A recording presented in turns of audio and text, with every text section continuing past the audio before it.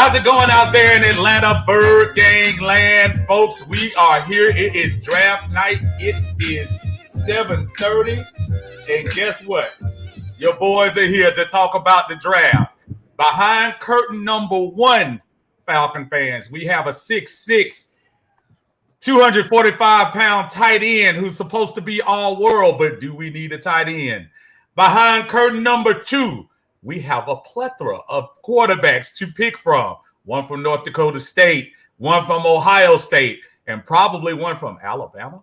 Maybe so. And at number three, trade it all back and let's talk about some people who would have gone second day in the draft. Folks, welcome in. Thank y'all for joining us here in Atlantabirdgang. We are so happy to have y'all around. Of course, y'all know this is your Uncle Steve here joining us. If you go around the screen there on my right is Brother Marcus. How you doing, Marcus? What's going on, squad? You know what time it is, man. It's draft night. Let's get it. And down below, Brother Marcus, and that's our friend Tidy down there repping. I'm sorry, you probably had a Devontae Freeman jersey back there, but, you know, we decided to wear T-shirts today. What's going on, Brother Tidy? What's up? What's up? What's up? Atlantabirdgang, what's up? What's up? Let's get it. And to his left and below me, and a brilliant young man with some good insight on what we got going on today. That's our brother Quintez. Brother, thank you for joining us today. Thank y'all for having me, man. Look, folks, we know y'all have a lot to talk about, and we're going to talk about everything. Trust me, we getting ready to hit it right now. As far as the phone calls concerned, if you see right next to my name, 1-877-747-2346. We're going to probably start taking a lot of phone calls probably right before the picks, but we will take a couple of them right before the draft kicks off. But fellas, let's talk before we even get to the draft. The news of the day: Aaron Rodgers, Ronald in Green Bay. Talk to me, y'all. What's up with that? Marcus, hey man, go ahead, fam. Go ahead. No, you go first. Hey man, you know we talked about this all individually last year when we saw Green Bay go back up in the first round to pick up what's the boy named Jordan Love with the last pick in the first round. We looked at it from a different perspective, that how come we can't do that as the Falcons, but Green Bay did it. Now, your boy Aaron Rodgers saw they went quarterback, and then I think they went running back with the second pick. Both these guys sat on the bench. They didn't give him any help that could hit the field last year. And the boy, he didn't do anything but win MVP. You know, I think he's just frustrated, man. And it's been like this since your boy Mike McCarthy was there. Yeah. So I think he's just ready to move, man.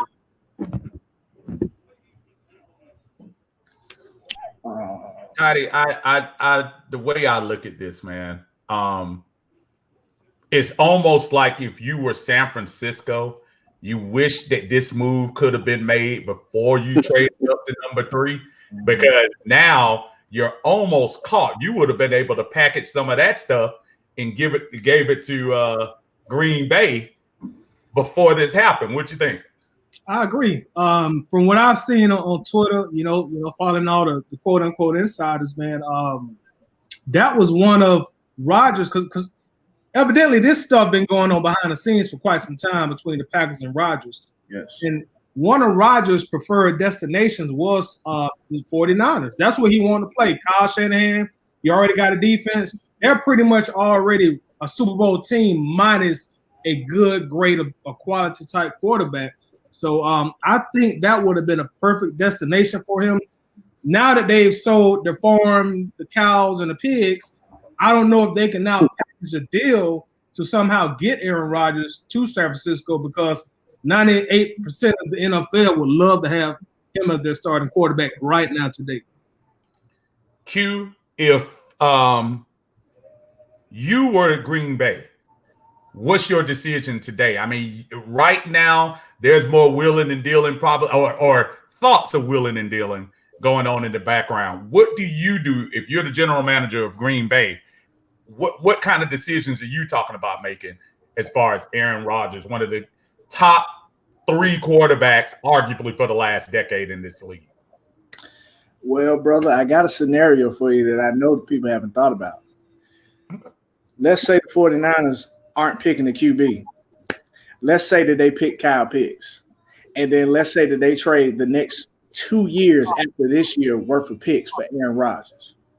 And they want to go the way that the Patriots went, as far as, having Gronk and having Hernandez back in the day. I see somebody that they spoke on that in the group earlier today. But just what if? Because Aaron Rodgers' motor is still hot as far as, having Gronk and having Hernandez back. When it comes down to it, they spoke on that in the group earlier today. And he's not happy. Mm-hmm. Let him go. Let him go to one of his destinations. If you can do that, if you can afford to do that, send him to one of his destinations. But I'm still looking at what's going to be best for us.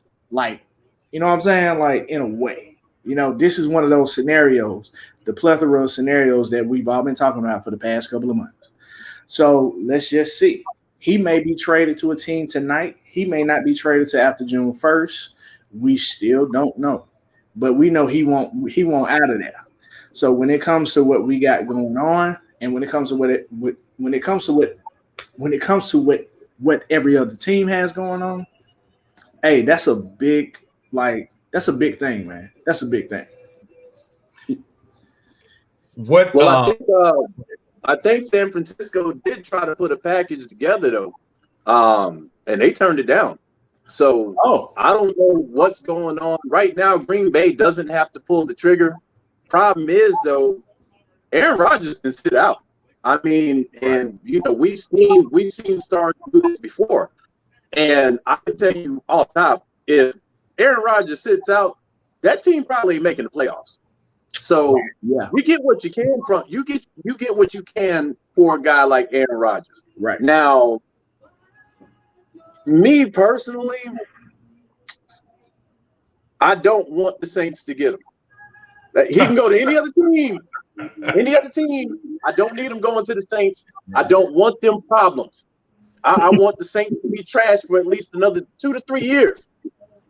But I can see them moving him over to the AFC. If he goes over to the AFC, man, I mean, there's only 2 dominant quarterbacks there.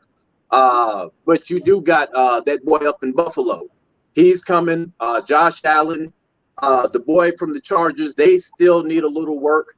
Aaron Rodgers can go over to one of those teams, man. I mean, Miami isn't trusting Tua right now. We know that. There's a couple of teams he can go over to the AFC.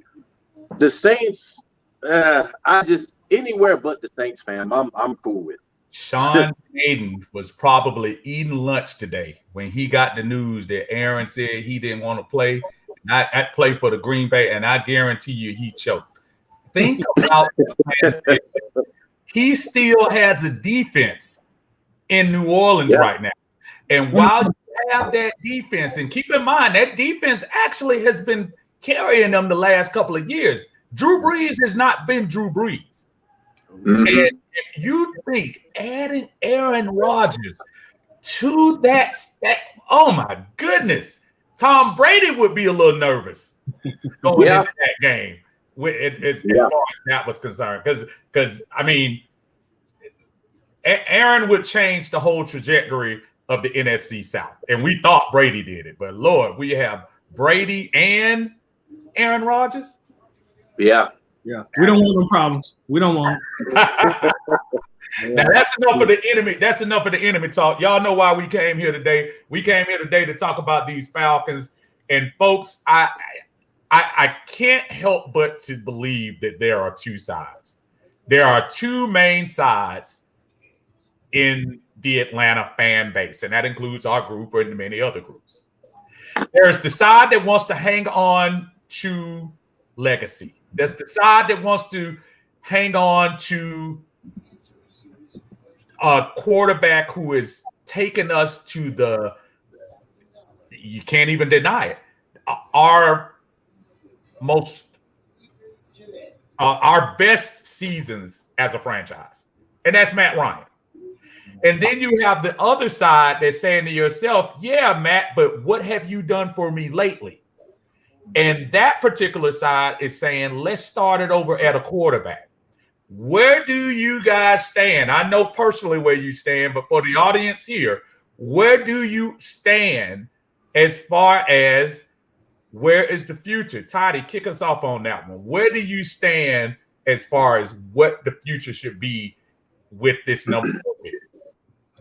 I'm definitely, without a shadow of a doubt, team quarterback all day of the week, 20, 30 minutes before the draft starts. And it's basically based upon a lot of things that you just mentioned. Matt Ryan has took this franchise to places that we never seen before, literally. You know, we actually hosted an NFC championship game right there in our own dome, Georgia Dome, for the first time in history. Over and beyond, Matt Ryan has done this franchise very, very well. But as you always say, Steve, this is a what have you done for me lately league. Absolutely. Lately, we've had a 4-12 football team. Lately, we've had a 7-9 football team. Lately, we've had a 7-9 football team. Lately, we had first and goal on about the 7-yard line in the divisional playoff game against Philadelphia with the ball and Matt Ryan in the offense's hand. We didn't get it done. Lately, we blew a 28-3 lead in the Super Bowl. Yeah. So you add all that together and you stir it in a pot, and it don't come out good. It just don't come out good. And I know what the people watching this are saying. Well, it's not all Matt Ryan's fault, and it's not all his fault. If you blame fault at one person, he's going to be kind of toward the middle, toward the end of the list. But at the same time, that's the quarterback. He's been here the longest on anybody on this team, and he makes the most money. So when you bring a new GM in, you bring a new head coach in, you're kind of signaling, hey, we're going to start a rebuild. The rebuild finishes when you get the guys, the team who's been here the longest. Matt Ryan, our boy Julio Jones. So just finishing up, I just think it's time for a change. This fan base is erratic. We find each other. The morale is low. It's just time for Atlanta to have a change, and hopefully that starts tonight. But if it doesn't, hey, we still root for our boys. Tidy doing his best Martin Luther King speech there, trying to bring it together.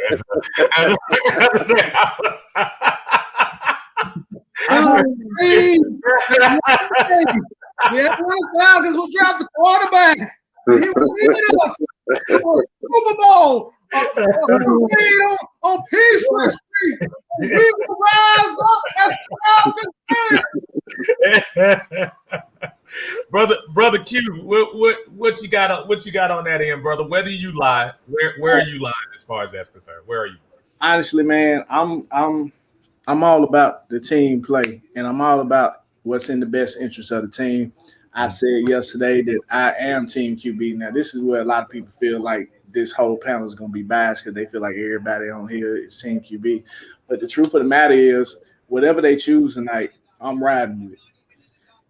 At the end of the day, but I believe that the best fit right now is QB. Just like our GM said, whether he chooses a QB that's going to sit for 2 years or whether he chooses a person that's going to start now and change the trajectory of the team, he's going to choose somebody that's going to make this team better. So the fact of the matter is, I'm riding with whatever they got going on tonight. I need a QB. Honestly, I'm going to tell you why. I honestly believe that Matt Ryan may pull an Aaron Rodgers and say, you know what? I retired. He may pull that in the next year, 2 years. He want to play till he's 45, but he don't got it like TB do. He don't got it like Aaron Rodgers do. He don't got it like any other QB that's either considered legendary or has longevity in this game right now. He does not have it like that, no matter what you try to say. So at the end of the day, I'm going QB. But if they choose tight end, if they choose O-line, whatever they do, I'm cool with it. As long as they at least try to make a difference this time around this season, if not next season. Okay, now here's the problem. I'm ending this with Marcus on this particular subject, but Marcus, please tell me that you, in your heart of hearts, have a strong feeling about putting a tight end in this offense and taking us to the next level. Because other than that, all four of us going to agree. Hey man, y'all see my videos, man. Y'all know where I'm leaning, man. My heart is telling me quarterback. My heart is telling me that's the safe bet. You go quarterback. But I'm looking at what this franchise has done over the last couple of months. They traded for a damn blocking tight end, right? They traded for a blocking tight end. Then they extend Matt Ryan, making it virtually impossible to get up off this boy. Right. Then I'm sitting here looking at Kyle Pitts' man. Listen, when I watched Hayden Hurst last year, first thing I thought was, man, this boy got some wheels. This boy has got some wheels to him. Thought he was going to be the difference maker. I can blame a lot of that on the offensive play calling. I can blame some of that on Matt Ryan just not looking his way. True. All signs just lead to they're going to draft Kyle Pitts, man. It just, if you draft Justin Fields or Trey Lance sitting there, he's on the bench. We know we're not using him at all next year. And then you get the talk that Julio Jones is in the streets. Like Julio's supposed to be in the house. They putting Julio out there in the streets now. So it's like, fam, listen. I don't know. I'm cool with I'm at this point. I found solace in the fact that if they get a quarterback, I'm straight. If they get this boy Kyle Pitts, and Kyle Pitts turns out to be every bit of what they say he's going to be, I'm cool with that too. Because remember, we gave away how many picks to get Julio Jones? Like 4 or 5 picks. Yeah. This boy's sitting here at 4. So we don't have to move up to get him. Mm-hmm. Man, man, but right now, if they're trying to win and they're trying to win now, you plug that boy in, man, and try to keep Julio. Try to keep him. If you can't keep him, get up off of him. Move your boy Russell Gage over there and run a 2 tight end set, man. But all in all, you still got to get a running back in this draft in order for this to even make sense. If you get Kyle Pitts, your next pick better be a running back. Because if you don't have a run game, I'm tired of us not having a run game either, fam. You know, so for me, when they extended Matt Ryan, my thought process went to, we got to make this game easier for Matt Ryan. We got to, because we're stuck with him. I see the and I wanted to stop by. Our brother Derek came in and said we all delusional. Said dude is consistent, and brother Derek, I appreciate you coming, and that's good. Consistently losing or consistently putting up empty yards. Here's my thought, and for those who stand on that rock of, yeah, but he gave us 4,000 yards. Yeah, but he completed 60% of the passes he's made. If that's the case, then in 2018, when the defense went down, he should have provided the boost for us to go 9-7, 10-6.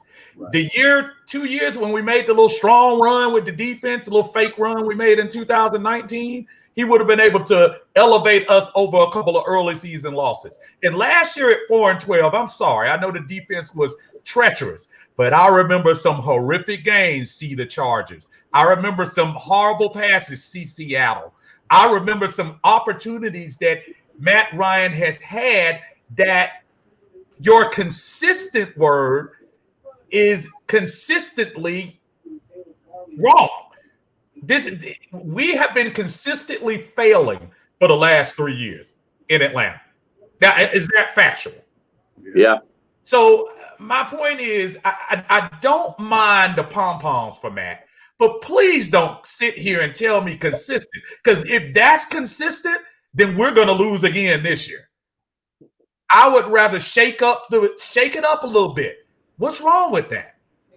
I don't understand that argument there bothers me more than anything, fellas. Now I apologize. I didn't mean to jump bases in there. Yeah. Now I mean, all that makes sense though, Stephen. All of it makes sense. You know, I've been talking about that religiously.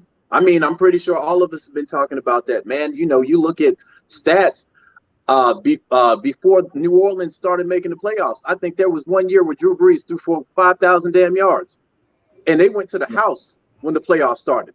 You know, stats don't mean nothing. And mind you, Drew Brees was doing this with nobody.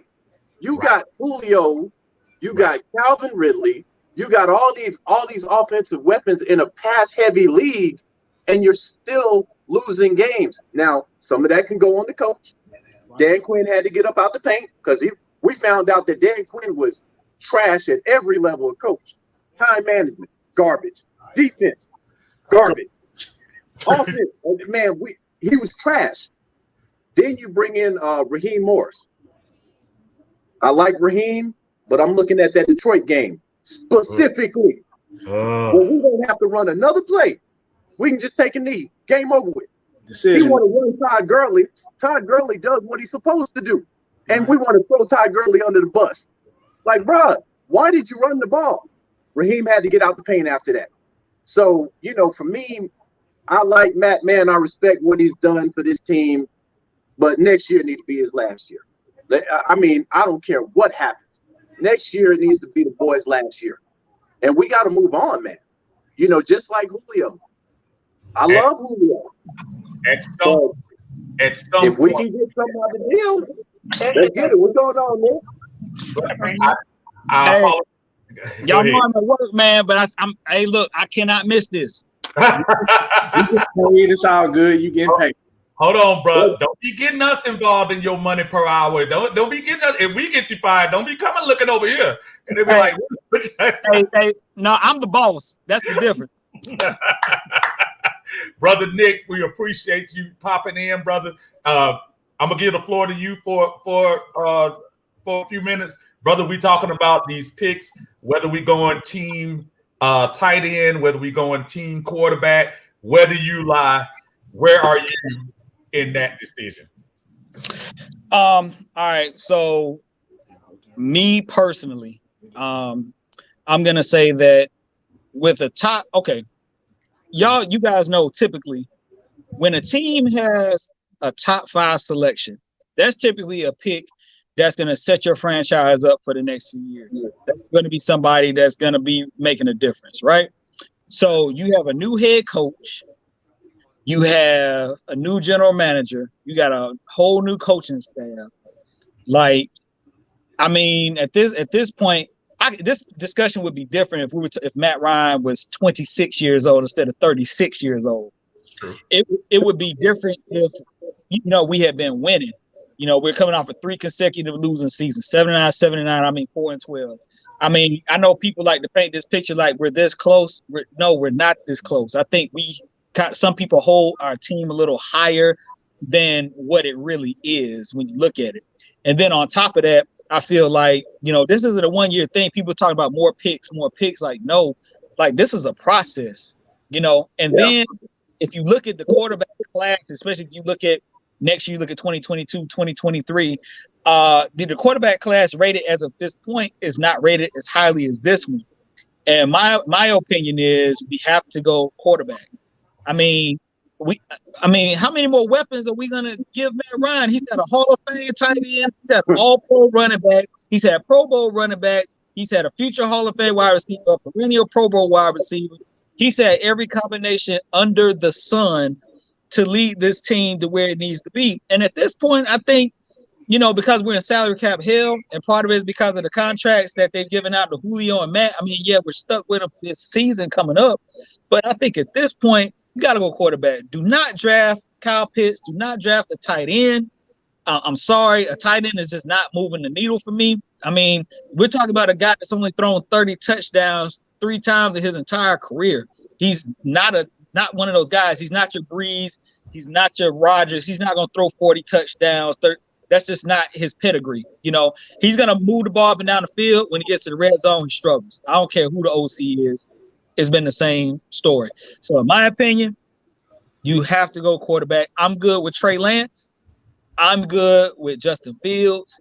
And if you're not gonna draft one of them, my suggestion is trade back, maybe get another pick for next year, and then draft the top defensive player that's on the board at that point.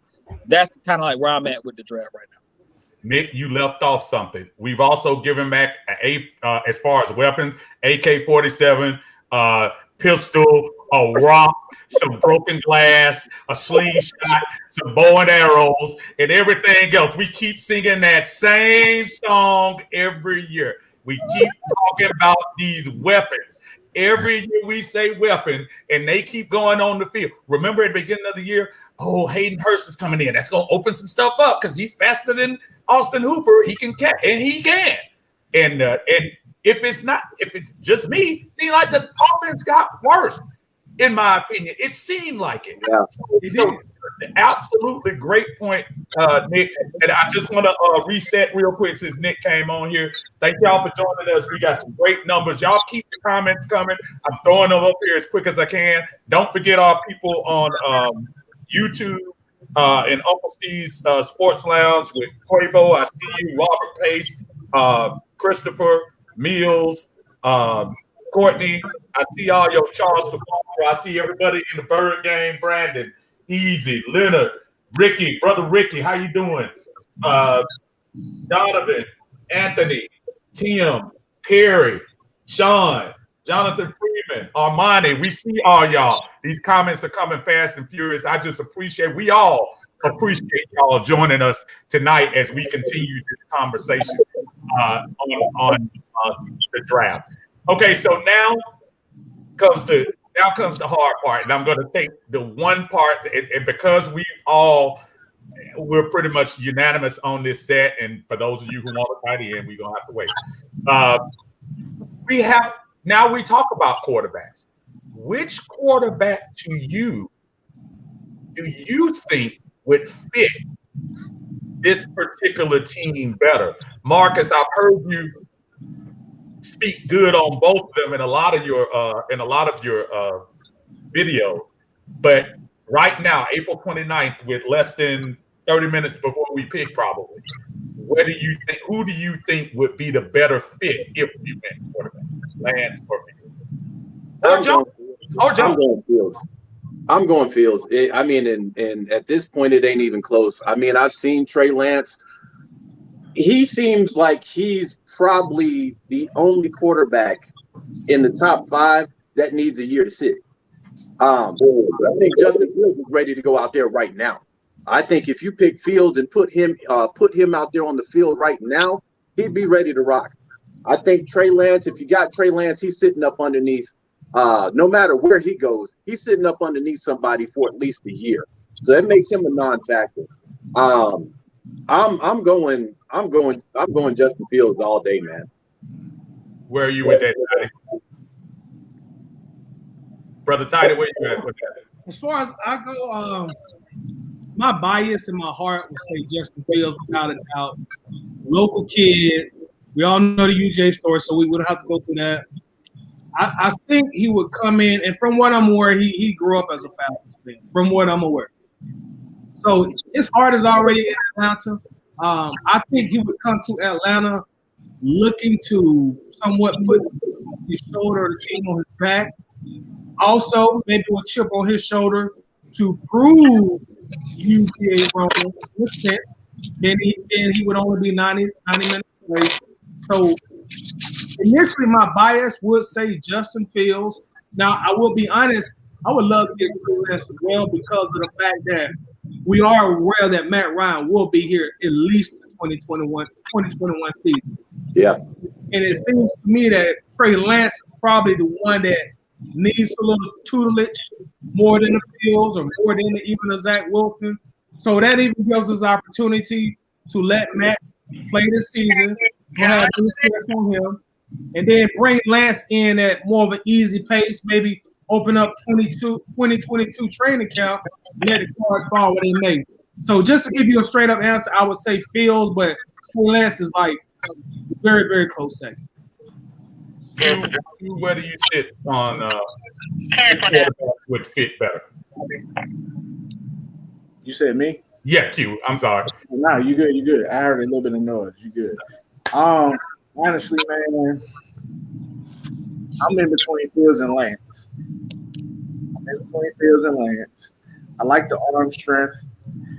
I like the fact that Lance knows the West Coast offense. He's privy to it. So if he comes to Atlanta, you know what I'm saying, he gonna play with a Mike Vick style like people want him to. Because some people buy it. We know why. We ain't gonna get political here. We know why people want, Fields. Honestly, it ain't about being a hometown kid or nothing like that. They want the excitement to come back to Atlanta. But let's be real. When it comes to these guys, they got a lot of talent. They got a lot of talent that precedes them past the last 15 years of anything that we've seen, honestly. So to answer your question, I'm really in between Fields and Lance, but I'm leaning more towards Lance. We'll see how it goes. Nick, who do you think? Okay, well, for myself, I'm going Justin Fields first. Reason why, I think, Tidy touched on it. I think him being a local guy, I think first him being a local guy, being from Atlanta, being a dynamic playmaker, being someone that can, rejuvenate this offense. I strongly feel that, it's for a fan base that's been looking for somebody, that's been looking for something. I think that, that in turn, I think will because I know Blank want to sell tickets. I know we want to sell apparel. I know we want to win, So I mean, ultimately, so I think that's the biggest thing is, the biggest thing is getting a quarterback, and I'm, and Trey Lance, I like Trey Lance too. I watched a lot of his tape. He's a big guy. He's got a big arm. He can maneuver in the pocket. I think he's more. I don't think in the NFL, because I saw how he was running, I don't think that he's gonna be able to do that in the NFL. I think he'll be able to get you some yards, but I think he's more like probably a 4.6, 4.7 guy, probably running something like that. So, which is still fast for a quarterback, which is still really fast. But I'm gonna have to go with Fields first, just for the Georgia dynamic, and then I'm gonna go Trey Lance. But let's be clear. I'm happy with either one of those guys. I am so shocked that nobody said Matt Jones, because I'm just playing. Matt Jones is not going to come to this team. I'm just joking. I want no parts of the Alabama quarterback. Listen, I understand everybody's case for him with his accuracy or whatever, but there has to be something said about him having the absolute best athletes in college football to go to, run routes with, to block for him, and play defense for him, even though the defense wasn't that great this year. I think Matt Jones is just as much of an experiment as Trey Lance, in my opinion. You sit him in an offense, in an NFL offense, going against an NFL defense, not just one or two blue chippers, folks that can run side to side and keep up with you. I think he'll find his struggles. To answer the question on my end, I'm a businessman and a fan.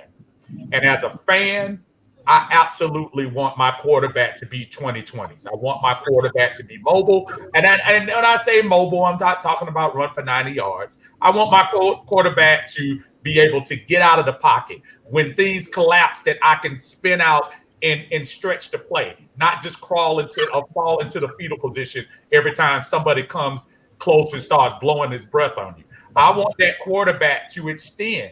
I want that quarterback to be able to break off and go backyard football and be able to, just make some plays. So with that in mind, being the businessman that I am, I'm going Justin Fields. And the one thing nobody said, and I understand we all want to be, on the right place here. It's all about the team. Justin Fields is a local product. Justin Fields he fits all the boxes right now. He's a young black man in Atlanta. That's no denying. He's a young black man who has an opportunity to lead in what is Black Mecca in the United States. And if you want to get a hint or taste of what that was like, let's go to rewind. Let's jump in the DeLorean and go back to 2002. On a 9-6-1 team, we had the stadium rocking like we were a 10-time Super Bowl champ. Yep. To bring that atmosphere back to this city. I'm sorry, folks. I'm not saying that that's all what it should be about, but if I'm looking at the red seats when they have that little pre-shot of the NFL games and they show that here are the fans in Atlanta, and all I see is the ushers, the people selling beer, and about 20,000 red seats. I'm telling you need to start looking at what your fan base will react to right now. Hey, I agree with that, man, because one, our issue at home is we don't have a home field advantage. You see some of these games on TV, man, you hear more people cheering for the opposing team than you do us. And I'm like, I remember back in 2016 when we were making that playoff run and how just jam-packed the damn the seats were when we were making that push to the Super Bowl. And I thought for a second, I'm like, man, this kind of reminds me when we had Mike Vick and Mike Vick was running all over the damn field. You do need that excitement. I can tell you right now, fam, if we get Justin Fields at 4, I'm going to have me a jersey by next week. I'm just going to let you know that off the top. I'm going to have a jersey, and I can almost guarantee you, Justin Fields, his jersey stock is going to fly because he's going to put asses in the seats. Now, even this year, but here's the problem, and I'm telling you, it's going to be a damn civil war in the Falcons fan base. Matt Ryan ain't got no grounds to slip. None. Zero. He better have a winning record all throughout next year because the minute we go below 500, you're gonna see people talk about, hey man, they probably need to put Fields in there, man. They probably need to put Fields in there, because Matt out here struggling, man. We got this young bull right here ready to rock. You're gonna start hearing that, and the Civil War is going. Well, Matt Ryan been here 14. Listen, you don't draft a guy like Justin Fields at 4. For him to sit on the bench and just let Matt Ryan retire as a Falcon. You are you're putting the bat signal out. Matt Ryan got 2 more years. After that, we're gonna move on from him. He can go play backup quarterback for the Jets or some team like that. But we're moving on. But I agree with you. You draft Fields tonight. My order for my jersey going in tonight. So I'm telling you. We got our first caller tonight, y'all. So let's go ahead. Y'all look at the phone number up here, right here on the screen for us. And caller, how you doing? Thank you for calling. You're the first one up today on draft night. They're getting ready to get the thing kicked off. Identify yourself. What's up, Birdgang fam? This is Andre. Kind of fun. That left off panel. I have to tell y'all about that. we appreciate you, Andre. Andre, what are you looking forward to tonight, Andre? So, like, I'm with everything y'all have said so far. But this is my only concern and issue. It is imperative we get a quarterback this draft. But as Falcons draft, we are dangerously close to being the Cleveland Browns, meaning we waste our our first draft pick every year all the time. And my only concern is, in history, how many quarterbacks drafted in the top 5 have been Hall of Fame caliber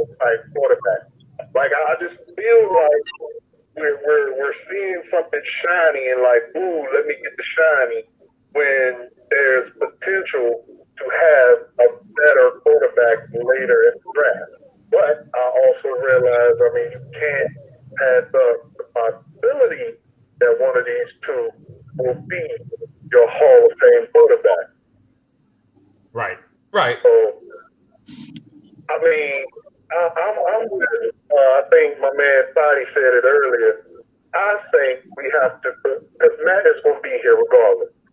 I think it's really more important to solidify our different needs a little bit over than getting fields or land at 4. Meaning, if we're going to run this 3-4, we definitely need another linebacker. You know, so whatever the best position to solidify what we already have, I think is where we should go. Okay. Me personally, I'm really not feeling a quarterback at 4. I'm really not, but I understand we need one this year. Oh yeah, listen. Hey, that's why we have opinions, brother. Look, again, we could be 5 of the most ignorant football fans up here. We're just giving our opinion, just like you are. So I respect that, and I hear what you're saying completely, brother. That's why we have the show, to get our opinions, man. Brother, I appreciate you. I know some other people asking about the number. The number is scrolling across. I'm gonna start putting the draft picks as they go in a few minutes. Brother, thank you, Andre. We appreciate you, brother. No problem. Thank you. So the number is 1-877-747-2346. 1-877-747-2346. We got another caller calling right now. Caller, identify yourself. Thank you for joining us in the Atlantabirdgang. This and Steve's Sports Lounge. Go ahead, caller. I guess the caller hung up. Sorry about that. All right. So again, the number is 1-877-747-2346. So y'all keep that rolling. We got a lot of folks online and a lot of comments, fellas. Any surprise? What do y'all think about Trevor Lawrence at number 1? Is he going to be that generational player, Nick? Nick, I'm looking. There's no one has said this guy is going to fail. I keep hearing Peyton Manning. I keep hearing John Elway. What is it about this guy that makes him can't miss? Well, I'm gonna say just from watching him play and just from watching him dominate the way he dominated the college ranks. The way he ran through the ACC. And even when they played bigger competition, it seemed like he didn't really get rattled much. He's got all the tools. That's the main thing that these guys are looking at, is the tools. Of course, level of competition makes a big difference. But I think, just what he did in college, just his measurables, just he looks the part. But I say that with draft picks just in general, you have to temper expectations. Because I think all these guys have ability. All these guys, if that's the case, they wouldn't be. They have the measures. They have the height. They have the arm. They have everything. But you got to wonder, like, where are these guys going? What type of scheme are they going to build a scheme around them to what they do best? Not trying to make them fit what they do. So you look at that. You look at the situation. And you look going to Jacksonville with Urban Meyer. I say the jury's out. I don't know. I mean, Jacksonville got mad picks.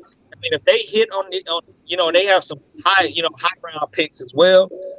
If they're able to hit home on the draft picks and get a young nucleus around what they already have, I mean, Trevor Lawrence, he could be great, man. Like, he can be a great player.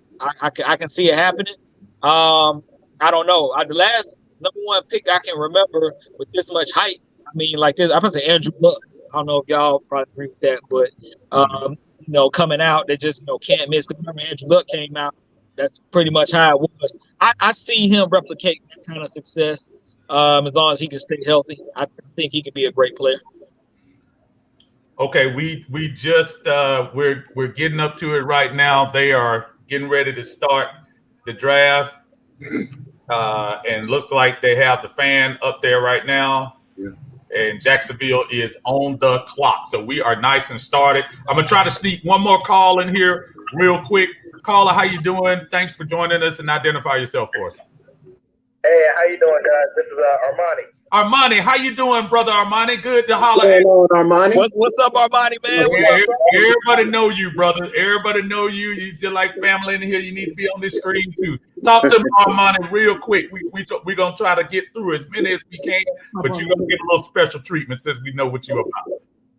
Okay, all right. I'm gonna just go ahead and have my spill like I did a few weeks ago on your show. When we drafted Matt Ryan, I was 12 years old. I'm 26 now, married with 2 kids. It's time. Okay? It's this time. You know what I mean? And then, you know, as much as I like Kyle Pitts, we need a culture change here in Atlanta. We need somebody that's going to come in here, put behind his feet, and let's just get to it. You know what I mean? So, with that being said, my pick is going to be Justin Fields. Okay, and I kind of figured me and you had talked a few times about that. I kind of figured that would be your which you would have on there as far as Justin Fields is concerned.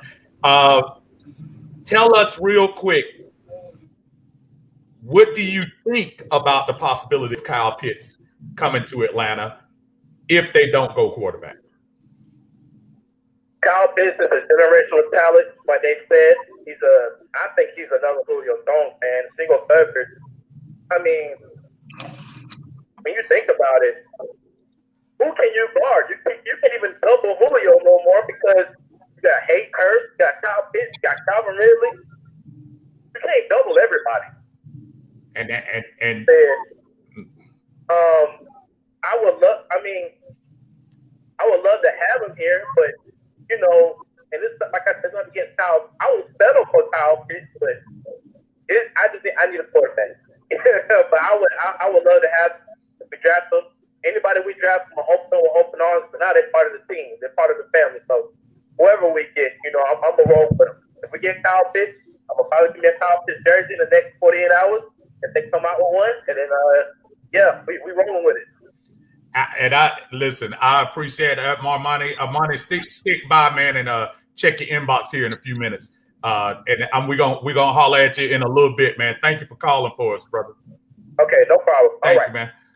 All right, so we're here in the Atlantabirdgang. Things are getting hot. They have Jacksonville on the clock right now. I think it's pretty obvious who they're gonna get. Just a reminder, everybody, we're in the Atlantabirdgang right now, live. We're also in Uncle Steve's Sports Lounge on YouTube. Folks, we are talking draft. It is almost time. Marcus,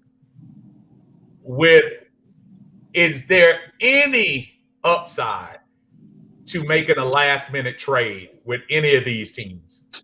That right now, at this point, we haven't done anything up to this point. It's, like I said, 10, 20 minutes before we pick. Is there any upside to you to making a draft trade right now? For me, no. I'm pretty sure they're getting calls right now for that fourth pick. I just looked at Twitter, and they're talking about the Broncos are not going after a quarterback because they're trying to pick up Aaron Rodgers. So right now, man, I just think that if we weren't going to trade the damn pick 4 or 5 days ago, you get who you want. If Justin Fields is sitting there and you think Justin Fields is going to be the guy to take you there, you get Justin Fields. If you're sold on Kyle Pitts and with this Julio situation going on, you think this guy can be that guy, you go after Kyle Pitts. Me personally, I'm just tired of losing. So for me, you got 2 generational talents sitting that might be sitting at 4. Now, we already know. I don't know why Jacksonville is running this clock down. It's 6 minutes and 12 seconds. We know who they get. Their pick should have been in at like 9 minutes. So that's telling me somebody might be in the mix trying to get that number 1 pick from them. They trying to fleece somebody. But for me, you go with the player that you want it for now. If you didn't have a plan, don't drop back. don't drop back for extra picks if you did not have a plan for what these picks are going to represent, because you'll just be really running around like a chicken with your head cut off. For me, listen, I've said in my videos, man, I don't know what the hell they about to do. I don't. Usually I'm good at this stuff. But some of these moves and the stuff that's come out, you've had Terry Fontenot had to get in front of a camera to talk about the Julio Jones situation. So at this point, I don't know what they're going to do. I do know if they stay at 4, they're either getting Justin Fields or they're getting Kyle Pitts, because I think San Francisco, I think your boy Shanahan gonna go after Mac Jones, man. I think we've seen what Shanahan has done for 2 organizations. Shanahan should have 2 of these things. He should have 2 of these rings. He screwed us, and then he turned around and screwed San Francisco. So he's a great offensive coordinator. That's probably where I'm gonna leave this at. But I do know between him and Lynch, he's got the go ahead to get whatever quarterback he gets. Maybe Mac Jones fits his system better than a Justin Fields. I don't know, but sitting at 4, we're in a good position. As long as they don't go a crazy position, I'm straight. If these jokers go defensive tackle at 4, I'm gonna lose. I'm telling you, I'm just letting y'all know now. I'm gonna get up. I'm gonna walk around the block real quick. Not at 4. You need to get either the quarterback or the tight end. Either way, I'm satisfied. If you get somebody we ain't never heard out of Okmulgee State or something like that, man, hey man, listen, stream over with. I'm flipping the computer and everything, man. Okmulgee State. He didn't even say Sister Abilene Christian. He didn't say nothing like that. I agree with what that caller was talking about being the Cleveland Browns. The Browns had years and years and years of picks that didn't work. Look how many quarterbacks they went through. Now it seems like they're finally starting to get their groove, but they ain't even 100% sure on their quarterback. They're not even sold on Baker Mayfield yet. So I get what he's saying. You don't want to be in a situation where you got this pick and you blow it. So I feel like if you go Justin Fields, if he's sitting there, nobody's mad. If you're going Kyle Pitts, the caveat is you better win this year. We better not have a 4-12 record this year with Kyle Pitts. Everybody needs to be fired if that's the case.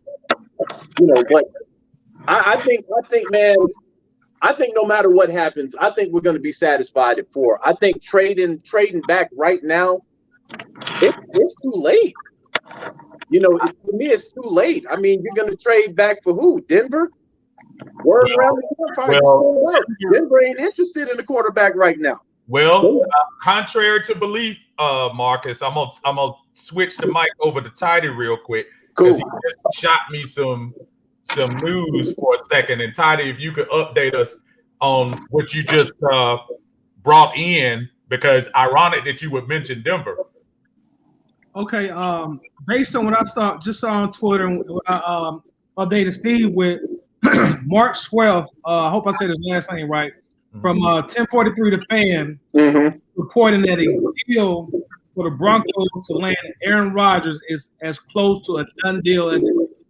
So these reports look like A-Rod may be going to up to Denver. Now that would be an interesting move right there, Tidy. I can understand. And right before you sent me that, I was actually going to swing it to you real quick about something we had not talked about until Marcus touched on it real briefly, Julio Jones. And also hearing some of the cap ramifications that are really interesting post June 1st. Tidy, as far as the move itself, now we'll get into the fan reaction later, but as far as the move itself, what do you think would be in the best interest when you talk about Julio Jones and the Atlanta Falcons going forward? As far as you asked me the best interest, so I got to answer what I think would be the best interest of the team, and I answer this with my heart as a fan, as a huge Julio fan. I honestly think the best interest of this team, if we were able, would be to trade Julio Jones. And I'm sad to say that in front of about 100 other Falcons fans, or if not more, on the stream, but it goes back to what I was just saying, man. This team is just not winning. And sometimes when you get so stale and complacent like our team is, a lot of times you just need new energy. You need new leadership. In the Falcons, we only have about $935,000 of cap space right now. We got to find a way to get $11 million more of cap space by September, or we in a lot of trouble. Now, a lot of people say, well, you could just extend Grady Jarrett. But at that point in time, we have a 32-year-old wide receiver. And let me just say this to everybody. In my personal opinion, Julio Jones is the greatest person to ever put on our logo. Point blank, period. That's my opinion.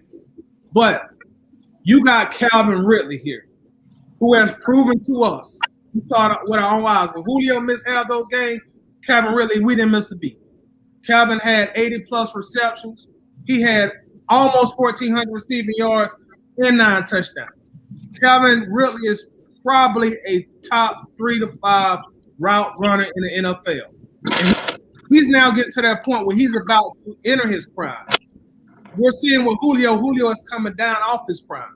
So, in my opinion, we really just can't have all this money dedicated to the wide receiver position, which is why we're so hesitant to actually get Kyle Pitts. I just really think we've reached that point in time when you start that transition period away from Julio, away from Matt. And this would allow us to open up our books as far as the cap space goes. So if we can get the right trade, don't just give them away now. Don't just get some Doritos and Coca-Cola. Not for Julio. No, not for Julio. If you want this stud, you want this guy who's going to help you sell tickets and win games, you give us the right deal. And Steve, I really think we got to take that deal, and we got to wish Julio well, and just tell him we appreciate him. We're gonna always love him, but we got to get ready to turn the page, and really we got to kind of get out of this culture of loving our players too much, where it skews our decisions as a team. We can't win with Matt and Julio. We couldn't win up 28-3 with Matt and Julio. We couldn't win 17-0 in the NFC title game against San Francisco with Matt and Julio. So, hey, Julio, we love you. We wish you well. But if the right deal comes, Steve, I'm pulling the trigger. If ever there was a better eulogy for somebody leaving the city, I think that was pretty good. And again, it's not personal. And it's almost like with Matt, too. It's not personal. I think after 3 years, if anything, Matt is guilty of in his 8. Do y'all realize he had 8 out of his first 10 years were non-losing seasons? There was an 8-8 season in between that. First 5 years were winning, 2 years losing, 8-8 to 8 of his first 10 years. But the problem is now we're on the last 4. And they haven't been anything. And for those of you that think we are keeping up with the draft, I'm not trying to be funny. This was about the biggest no-brainer in the world that Trevor Lawrence is going to be here. So I apologize if I don't come up with a breaking news. Trevor Lawrence picked number 1. I think that was kind of anticlimactic and no reason to go over that. But I bet your boy was sitting there nervous as hell though, because they let that clock go down to about 2 minutes. Yeah, I know. This draft doesn't start for us until number 3. Right. Because Nick, if I think about it, Nick, if San Francisco picks Mac Jones, to me, I think that might open the door for the Justin Fields or Kyle Pitts argument. What do you think about that, Nick? If Mac Jones, as reported, is going to Frisco, what do you think? Does that automatically make it a 2-man race, or do you think it's still a shot that we could get Trey Lance in the mix too? Well, honestly, I think after that pick happens, the Falcons' phones are gonna start blowing up. They're gonna be calling, trying to move up, trying to throw the armored truck up at Atlanta, try to get up there to try to get one of those quarterbacks. Yeah. So I guess it all depends on where the Falcons are, how committed they are to these picks, and it also depends on their board, who they're rated higher on their board. You know what I mean? So without us being there, we don't know. I would think that because my thing is, I don't know. I haven't heard much talk about the Falcons and Justin Fields. Of course, the fan base have been talking about it, but it seems like because they went to Trey Lance, they went to pro days. And I think the first pro day, I think he was actually running some of Arthur Smith's plays. If I'm not mistaken, he was so I think they really like. I think they like Trey Lance better than they do Justin Fields. But I think as a Falcons fan, we want Justin Fields, just because of the Kennesaw, being from Georgia and all of that. But it depends on what the Falcons thinking is. I honestly, I know what I want them to do, and we talked about it, but I don't know what they're thinking. I don't know what they're going to do. It's kind of funny because then the Jets pick is in. We'll come in and break in with that. Q, with Trey Lance, and you've heard so much about him being in an offense more similar to what Arthur Miller. I'm calling out folks. I have too many authors around here. Arthur Smith, and when he ran in Tennessee, I can see the upside of getting Trey Lance, but again, I've said to y'all before, I'm a businessman. So as a businessman, I look at Justin Fields as being that person who could revitalize this area. And I think it was Tidy that brought the case up about Matt Ryan. When you throw those two interceptions and you were going back to the sidelines and Ben Kirk and Matt Schaub were on the sidelines, you didn't have to worry about anything. But when I go over there and I see that Microsoft Surface in Justin Fields' hands or in Trey Lance's hands after those two interceptions, that's going to make me a little nervous. So what do you think, Q, as far as the bigger difference between those two guys? And is one really that much better than the other when you start talking about here in Atlanta? Honestly, the pick coming in right now, so I'm trying to talk and do this. No, that's okay. That's the Jets. Yeah, I know, but well, they picked Zach. They picked Zach Wilson, so you can go ahead and talk. Anyway, that's what we got going on, right? So honestly, wow, I can't believe I'm about to say this. I believe that the upside is the fact that Justin Fields is a hometown boy. Between both of them, they both play about the same to me. I know it sounds crazy. It may sound crazy, but they both play about the same to me. They're both really good to me. I think the upside is Justin Fields is good. And, of course, you know what I'm saying? He's a hometown boy. And like I said, with Trey Lance, the thing is, he's no stranger to the West Coast offense. So when we went to his pro day, he tore it up. You dig what I'm saying? Right. So and those are the only two things that I can differentiate right now between the two. And let me refresh again, folks, because we're getting ready to come up on the big picks coming soon. Right now we got Tidy, we got Marcus, we got Steve, we got Q, we got Nicholas here in the Atlantabirdgang. Also in YouTube, we got a lot of action going on in YouTube. We appreciate y'all coming up there. Courtney, Charles, Quavo, Dave. We appreciate y'all on the Atlantabirdgang. I see Monica's in the house. Jimmy Hall's in the house. Michael Darren is here. My brother Damian Armstrong, who stay in Facebook jail, he's here. Marcus Ellis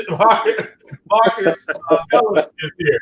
We got Michael, our retired postal employee. He's in the house. We got everybody here. We appreciate y'all coming in. We coming close to some pivotal picks, y'all. So bear with us on the phone calls. And if you want to join us live on screen, please send me a inbox message through Messenger. And if you want to come on screen with us, let us know. You can also get in touch with us with the phone number. Phone number again, 1-877-747-2346. 1-877-747-2346.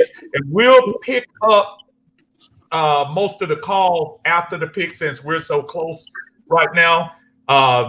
The anticipation for what San Francisco is going to do is really kind of. What y'all? Just give me a glob, y'all. What y'all thinking Frisco getting ready to do? I think they're going to go quarterback. I mean, you don't move all the way up to 3 to get a tight end, especially when you got a generational tight end in George Kittle. Generational tight end, Marcus. He's a generational tight end. They should take him. Yeah, but they got Kittle. I mean, sometimes having Wade in their situation, they don't trust Jimmy G. They don't trust him. And like I said, you don't move all the way up to 3 to get another tight end. Especially when Kittle's there. They got a good nucleus on offense already. They're looking to move Jimmy G. I don't see Jimmy G being there next year. So I think they're going quarterback with this one. But I just wanted to throw this out here. So Trey Wingo says the Packers reportedly told Aaron Rodgers they were going to trade him in the offseason, then backed off. It's been a bleep show between them ever since. And within the last week, Rodgers told the team, trade or no trade, I'm not coming back. I don't know what Green Bay is thinking. I don't know if that's between the head coach and the head coach wanting his quarterback. But you don't tell Jesus. You don't tell one of the best quarterbacks in the league that you moving him in the offseason. Right off an MVP season. One of the best ever. Yeah, man, listen, he gone. They might as well broker this deal with Denver right now and get what they can out of Denver, because I believe Aaron Rodgers ain't coming back. When they asked him, he had a post game, and not a post game, but he had a press conference, and they asked him something, and he was talking about, he said something vague about he doesn't know what the future holds or something like that. Bro, he gone. But yeah, to answer your question, they're going quarterback. I just don't know which one. They are 3 minutes and 12 seconds away. San Francisco. I have this sneaky suspicion if they do not pick Justin Fields, I think Justin Fields will be the next Atlanta quarterback. I really do. I really have. Yeah, exactly. Or either that or I'm going to have to break into this Tylenol. I'm going to say this for the folks in the group, man. Folks saying they scared. I'm going to tell you this. Get out the crowd if you're scared. Because it's about to happen. Whether it be the tight end or the quarterback or the lineman, whatever they're going to do, just prepare to ride with it, man. But yeah, this the pick is gonna make a break right here. I'm gonna tell y'all something, and y'all may not believe me or ride with me on this, but this man was not projected to be second or first round until San Francisco moved up. Yeah, his name. Nobody was talking about Matt Jones in the first 10 picks. Nobody was. He was down there with Kellen Mond and every other quarterback that I can't even name. Jamie Newman, he was down there with them. But now he's up. And his name was mentioned, Pro Day was mentioned, and all of that. So let's see what they're going to do. If they choose him, good on us. If they don't choose him, we'll see where we end up. I got three. We're going to have three visitors coming in with us live soon as we get past this San Francisco pick. The pick is in. We are waiting to see what happens with that. Brother Ricky is on deck. So is Jaqual, and so is my brother Jimmy Hall. All those guys are on, and they're going to join us on screen here. First, we're going to get through these next couple of picks because obviously the biggest pick of the night is coming up, and that's the Atlanta Falcons.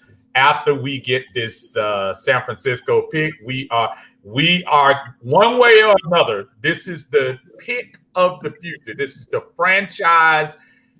This is the Mike Vick of the 2000s. This is the Matt Ryan of the 2010s. This is the next generation player that's going to come for the Falcons. So one way or the other, whether it's Kyle Pitts, whether it's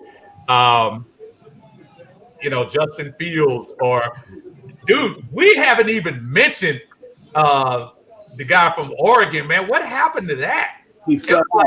I mean, It was that talk just dropped so quick. Again, when the whole draft thing started, that's when his name was up there. But as time went on and as the pro days went, you notice you started this about him. And that's crazy to me. Y'all, we are reaching nice peaks. They got Trey Lance. Yeah. Here we go. Here we go. Wow. This is what they do. Well, you know what that means. You're about to see Mac Jones' stock drop. Now, he's probably going to go late first round, probably second, because we ain't picking up Mac Jones. You know that. If they draft Mac Jones, I'm throwing my phone. Yeah, I'll tell you. I ain't got nothing to say to none of y'all no more. I love all y'all. To get interesting. Trey Lance is at number 3, folks, and I'm just sitting here trying to tell you. I think it's going to be Justin Fields, folks. I think had this been any other pick, I think they would have thought about trading back or getting Kyle Pitts. Folks, Justin Fields is in your face. You cannot look back 5 years from now, and if Justin Fields goes on to be credible and Kyle Pitts catches 8 touchdowns a year on a 4-12 team, we're going to look back at this and just be miserable. And here's another thing. I think right now, Atlanta's at a point they can't trade back. Because you're seeing San Francisco just went Trey Lance. Right. Trey Lance has to sit on. To me, that was a smart pick. He's got to sit on the bench for a year. Yeah. So you keep Jimmy Garoppolo, you offload Jimmy Garoppolo, and then Trey Lance is going to slide right in there. That was actually a good pickup for San Francisco. Matt Jones, that was a smoke screen. We going to see this now. That was a smoke screen. Smart move. That was a smart play by Kyle Shanahan to have people thinking they was going Mac Jones, and then they snuck Trey Lance in there. Yeah, Francisco is about to run that division for the next 4 to 5 years. Yeah, if he turns out to be what they think he's going to be, they going to be hard to stop.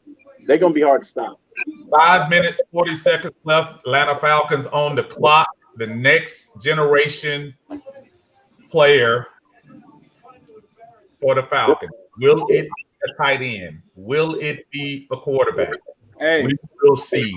Before the pick comes in, we're already here. The only dream scenario I can think of right now, because the Dolphins have 2 picks in the first round, and then Cincinnati comes after us. We know they don't need a QB. The Dolphins got number 6. The only thing I can think of is they toss in the trade letter us right now. They can have number 4. We get the number 6. We get Fields. We go to number 18, and we get whoever we can get at 18. I know it sounds crazy, but that's all I'm thinking about right now. Unless I'm forgetting about somebody that has, extra picks in the round. But I think it's only the Dolphins. But even then, with this time that we got, let's just see.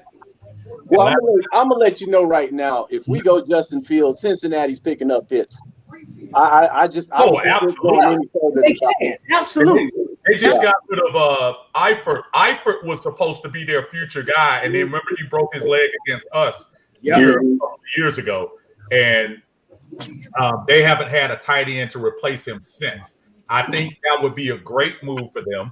But again, let's not put our horse before the cart yet, because again, we're not sure. Folks, thank y'all for joining us. I see the numbers spiking up, y'all, as we getting closer to this. I know our opinions. Thank you Marcus, Tidy, Nick, Q. This is Steve. We're here, y'all. We are ready for this pick. We getting ready to see this reaction. Again, Atlantabirdgang, Uncle Steve's Sports Lounge on YouTube. Thank y'all for joining us. We see all the comments. I'm scrolling down as we're talking. We are about to find out who is going to be the next Atlanta Falcon. Who is going to take us into the 2020s and try to make us a better team right now? I'm excited, y'all. Why am I sitting here getting loud? Why am I getting loud? This is all right. It's all right. A pick like this. It's all right.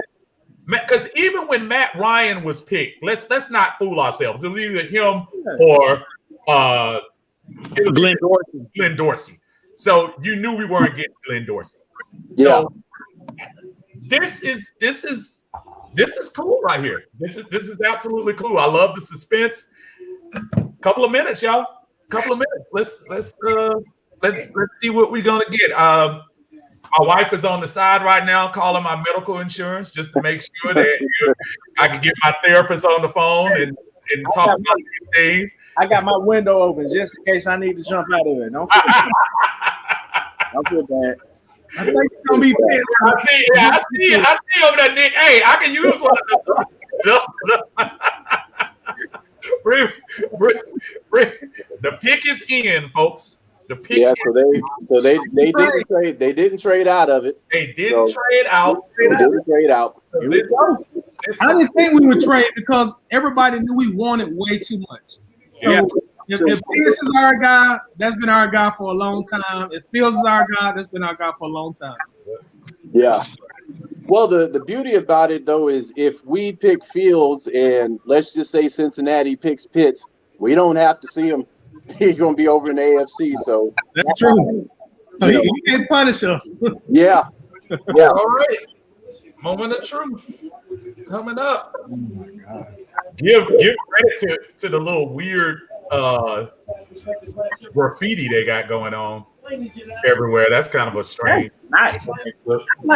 I see brother Bryce. Tell us, Bryce, we are taking calls, my friend. But right now, one, we got too many callers coming up, and two, we're trying to find out what this pick, get our reactions, and then we're gonna definitely get to y'all and see what we're gonna do. I'm mad. Don't be scared. We are taking calls. We will have people on the screen. Roger Goodell. Let me see. I don't know who that brother is. How he got picked. He need to have some long shots on though. You got a work pants on. Okay. Matt Miller said it's gonna be Pitts. Is it? That's what Matt Miller said. With the fourth pick in the 2021 NFL Draft, Kyle Pitts. Kyle Pitts. Atlanta has picked. There we go. Number 4. Yeah. Tight end. Kyle Pitts from the University of Florida. Wow. 6'6", 245 pounds. Bam. 4. Bam, I told y'all. When we traded for that tight end, that's what threw me off about this whole thing. I'm like, why would you trade for a blocking tight end? All my videos have led up to Atlanta is trying to win now. You extend Matt Ryan for 2 years, making it impossible to move him. And for me, man, I'm gonna be honest. I'm sorry, y'all. They trying to win right now. So part of me is kind of like, you know what, I can respect that. Yeah. Justin Fields sitting there, man, you can't use him right now. And you know, even with Arthur Blank talking about after he fired everybody, he wasn't looking for he wasn't looking to rebuild this team. He was looking to win immediately. And looking at, Arthur Blank, and he just looked tired. He looked tired of just being a complacent team. And he brought in a guy who has tight end experience. Right. For me, hey, man, I got to call my boy and tell him, hey, bro, go ahead and get that Pitts jersey ready, fam. So, y'all, somebody pointed something out on the internet. right. Falcons actually dropped a hint on their Instagram and Twitter today that they were going to draft it. They had something with the number 84 on it, and then they put out some people saying that was the indication who they was going to draft. Another thing, Kyle Pitts posted 2 pictures on his Instagram. The first one, Florida Gators color, the second red Falcons colors. Yep. Yeah. I know there's going to be some people that are just absolutely pissed right now. Oh, yeah. Absolutely upset. You got some people. However, man, listen. This is the thing. Fields is not playing this year. Trey Lance just went off the board. So he's not going to play this year. For me, I'm ready to win now. Yeah, I'm ready to win now. So here's the thing. This is where things get, like I said, not quarterback, but I said they need to draft a quarterback somewhere in the draft. But the next pick needs to be a running back. Go ahead and shore up the offense, and then with the rest of your picks, other than the one for the quarterback, use them on defense. You get some young guys. You get a young guy on the other side of what's the boy's name? God damn it, the other corner that we got. Yeah, you put another young corner over on that side, and you start building. For me, if you're gonna move away from Julio Jones after June 1st, you got a guy who may be the answer over there. But for me, they've been kind of hinting, man, that they're trying to win now. And again, when you're looking at a guy like that, you know, I hate it. I would hate to be Terry Fontenot, because trust me, tomorrow morning on sports radio, boy, you gonna have some people furious, boy. Justin Fields sitting right there at number 4, man. You couldn't get Justin Fields, man. Listen, man, I'm clocking out, man. I can't do this no more. Hey, a lot of people talking that tomorrow. Right now, and I can't even front. I'm pretty ticked off, and I'm gonna tell you why. I'm gonna tell you why. I've been hearing the weapon talk about Atlanta Falcons for the last 5 years. We have done nothing since 2017. We have looked horrible. So I'm going to tell you, as a new GM and coach, when you have an opportunity to show the world that you're saying, yeah, we're going to turn the corner and we're going to go in a different direction, this isn't it. I heard him say sustained success. Well, what you're going to have a stain, but it's not going to be success.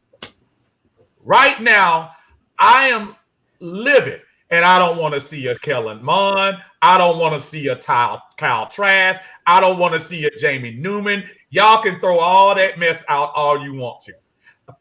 As a Falcon fan, I'm sick and tired of losing. Kyle Pitts can be the greatest tight end. He can be Mike Ditka. He can be Kellen Winslow. He can be whatever, but that's not helping us win. Every time Ryan falls on the fetal position this year, every time he pats that ball 3 times and throw 5 interceptions, I'm going to hold everybody out here who's talking about Kyle Pitts. Kyle Pitts are going to hold you responsible. I'm going to remember this. I'm going to tell y'all to remember this, because Kyle Pitts is going to get his touchdowns. He's going to get what he's going to get. But that's when Matt is upright. Right. That is not going to win anything for this franchise. Those days are over with. We are done. We are so done. I'll say this. No. No. We are done. We are done. And I'm gonna tell you, you had an opportunity. I mean to break it up to you.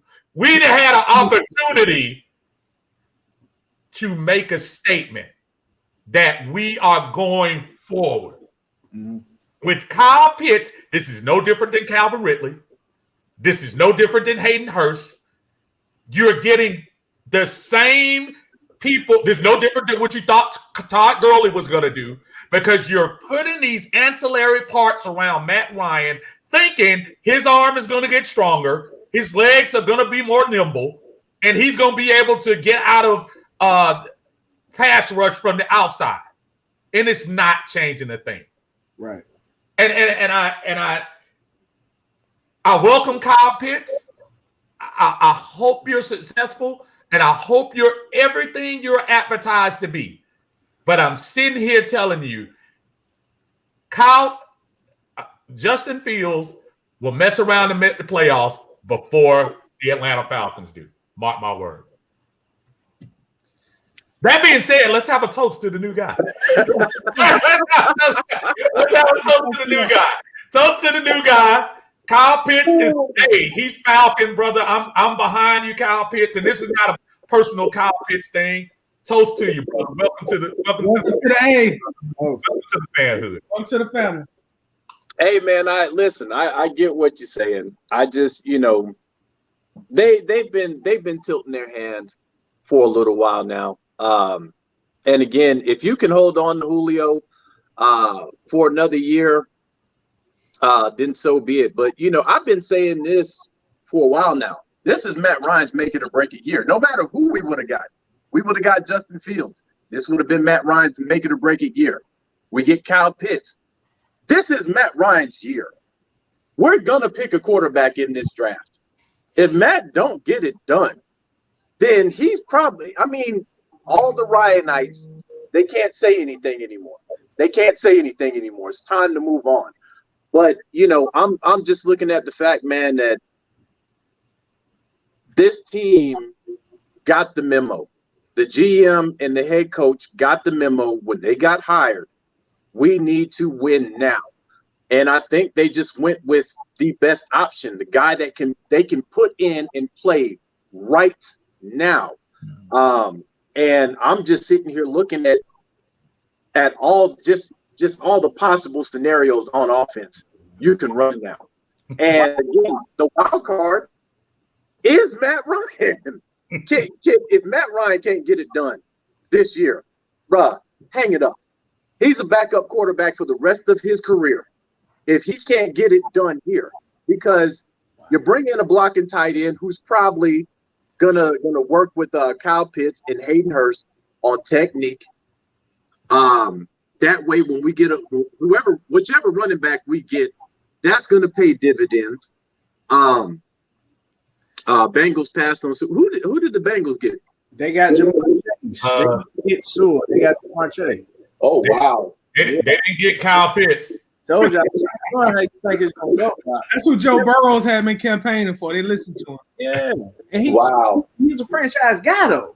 He showed, even though he got injured.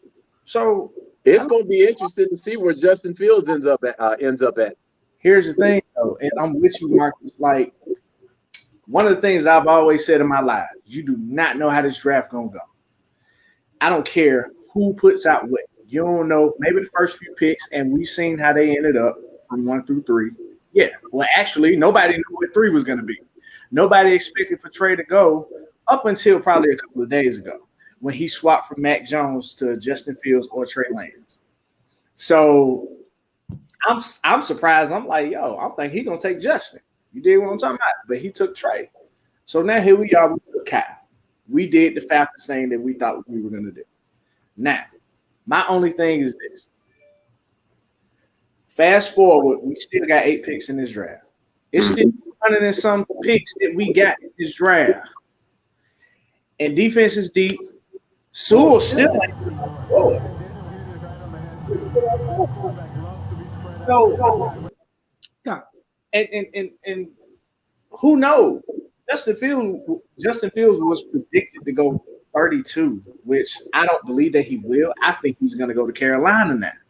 Ooh. They got Sam, even though they got Sam Darnold, I think they want an insurance policy. But we don't know. They just got rid of Teddy B. Yeah. Went to the Broncos.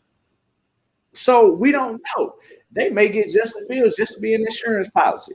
And if Sam don't do what he do, okay, Sam, we can send you on somewhere, or we can let your contract ride on out. We only spent small, you know what I'm saying, a small little bit of capital from our picks for you. So now we got to see how the rest of the draft gonna go. But if Justin Fields falls, I'll say this. If Justin Fields falls, anywhere past,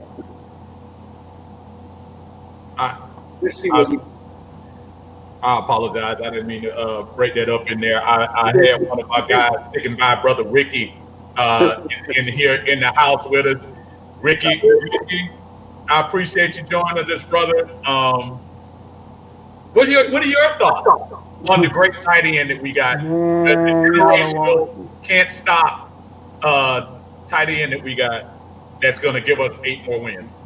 Well, I mean, if you got a quarterback that can't find Hayden Hurst open in the red zone all year long, I mean, I don't know how many memes they've made memes that Hayden is standing like this, wide open, waving with no coverage, and you all over the place, and I'm like, granted, I still say the Pitts is was a good one. Granted, don't get me wrong, I'm good with Pitts, but bruh, we need a quarterback. Let's just put the rubber where it meets the road. We've been putting the same Band-Aid on Matt Ryan since 2016. This same Band-Aid over and over again. I was with you when I thought about it. I said, if you bring Fields in, it's going to energize the fan base. It's going to have everybody excited. But more than that, it's going to give this man some competition. Because right now, he's just sitting up in the quarterback room saying, hey, I ain't got no competition, so I'm not worrying. I understand what Arthur Smith did with Ryan Tannehill. More power to him. But we need another quarterback. To me, that was not the move. And now, we just like you said, now you're going to open the door for Carolina to go get him. Maybe even the Saints to go get him.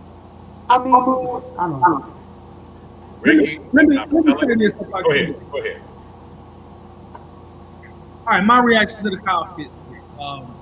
First off, you could have kept Dimitrov here to make that pick. First, Dimitrov could have made that pick. Secondly, I just don't.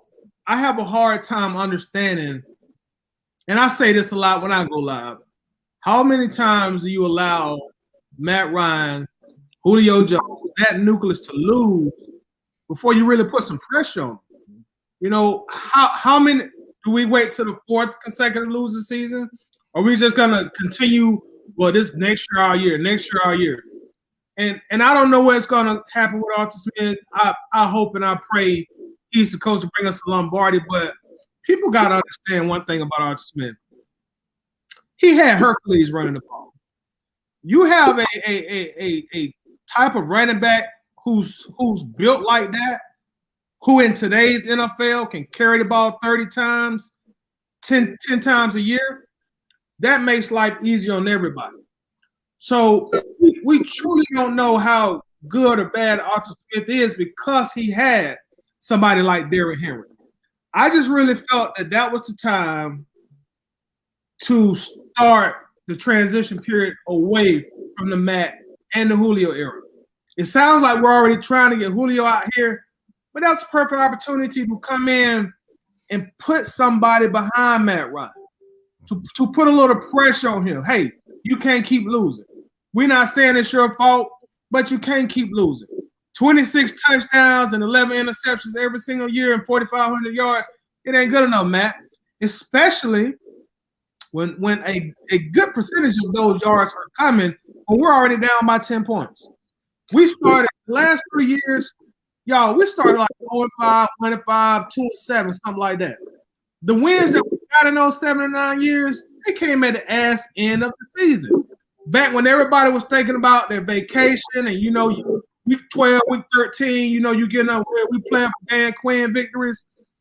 I wish the best for Kyle Pitts, but I really think this was an opportunity to send a message out to your fan base, more importantly, your team. Like, this losing, like we're losing, It will not be tolerated. If you guys would have told me 4 months ago the Falcons was going to draft, and I'm going to say this, a wide receiver at number 4, I'd have told you to stay out the door.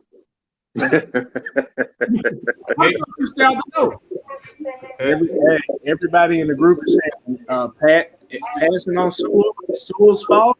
Yeah, he's how you think it's gonna go, Doc. I'm just trying. That's all. That's my biggest thing right now.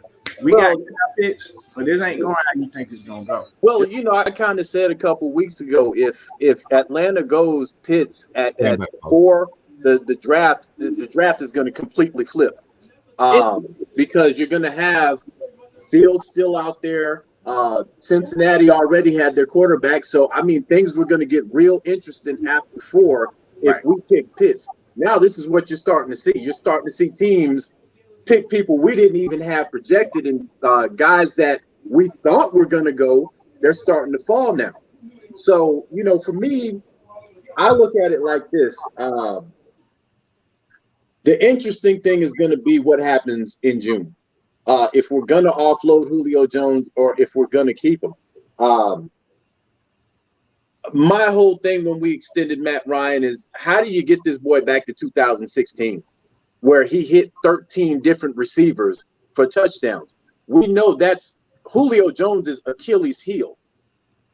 A lot of that has to do with Matt Ryan, but Julio is not that guy that's going to get in the end zone like that. We see Calvin Ridley in the end zone more than we do Julio Jones. Yeah, we do. So for me, it's got to get to a point. We've all seen this. When Hayden Hurst was wide open, I forget what game it was. It was 2 straight plays in the red zone where Hayden Hurst was wide open. Yeah. Who was that Ryan trying to fit that ball into? Man, Julio Jones. Julio was double covered, and Hayden Hurst was wide open.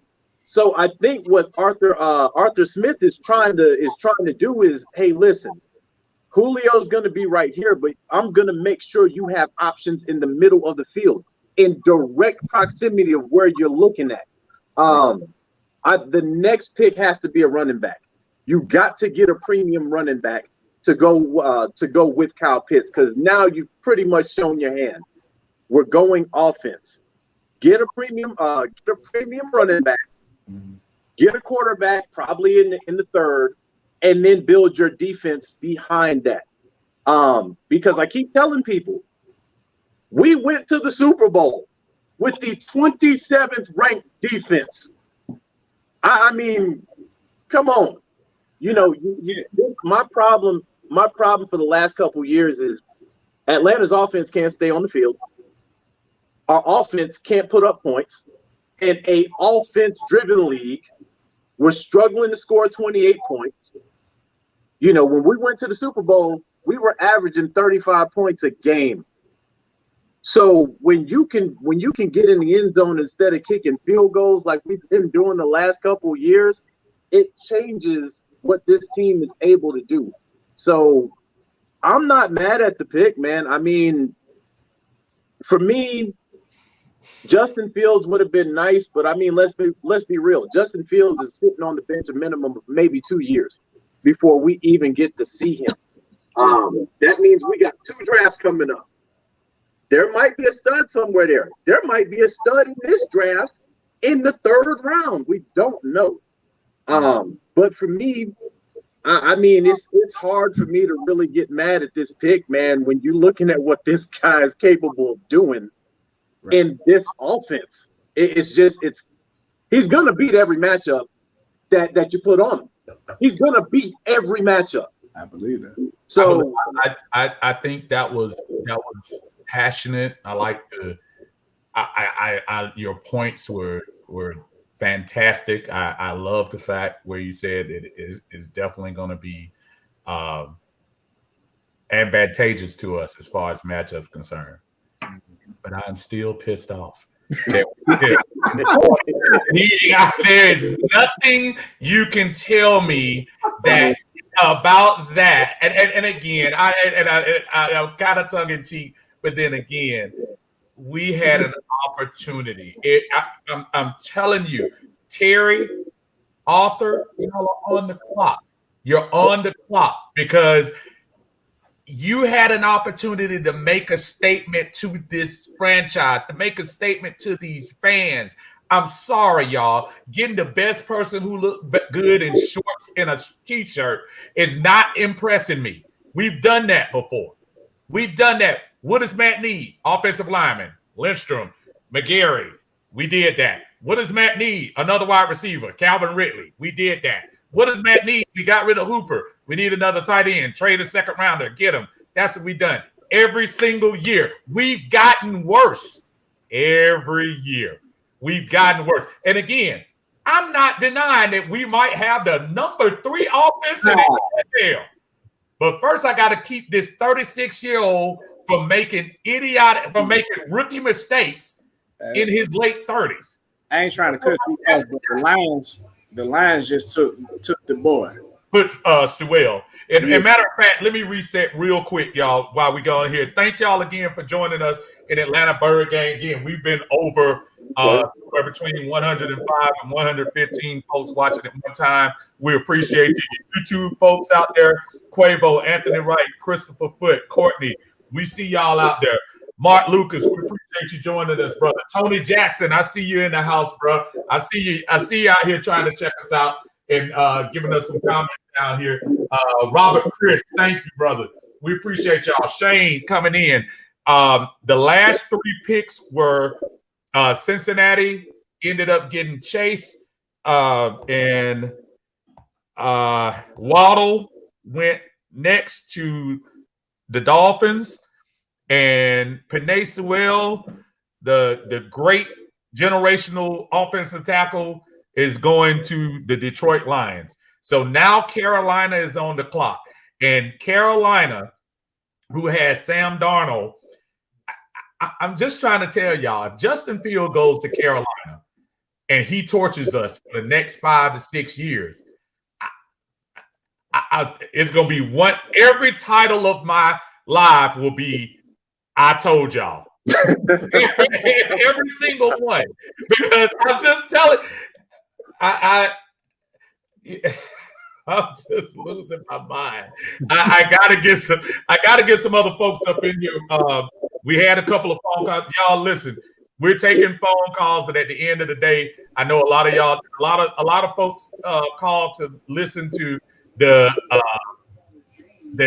analysis of our brothers on here, Q, Marcus, and Tidy. So we don't want to deny some of them the comments that come on here. But we got a couple of guys that's coming on. I think brother Jimmy Wayne is getting ready to come on next. So we'll talk about that. So listen. Also, we have Devontae Freeman signed football that we found at Dollar General. No, I'm just playing. And let's talk about that a little bit, Tidy. And how do we decide we're going to do this today? Because we appreciate everybody joining in. And I mean, seriously, y'all are coming fast and furious. I cannot keep up with these comments, and I appreciate it.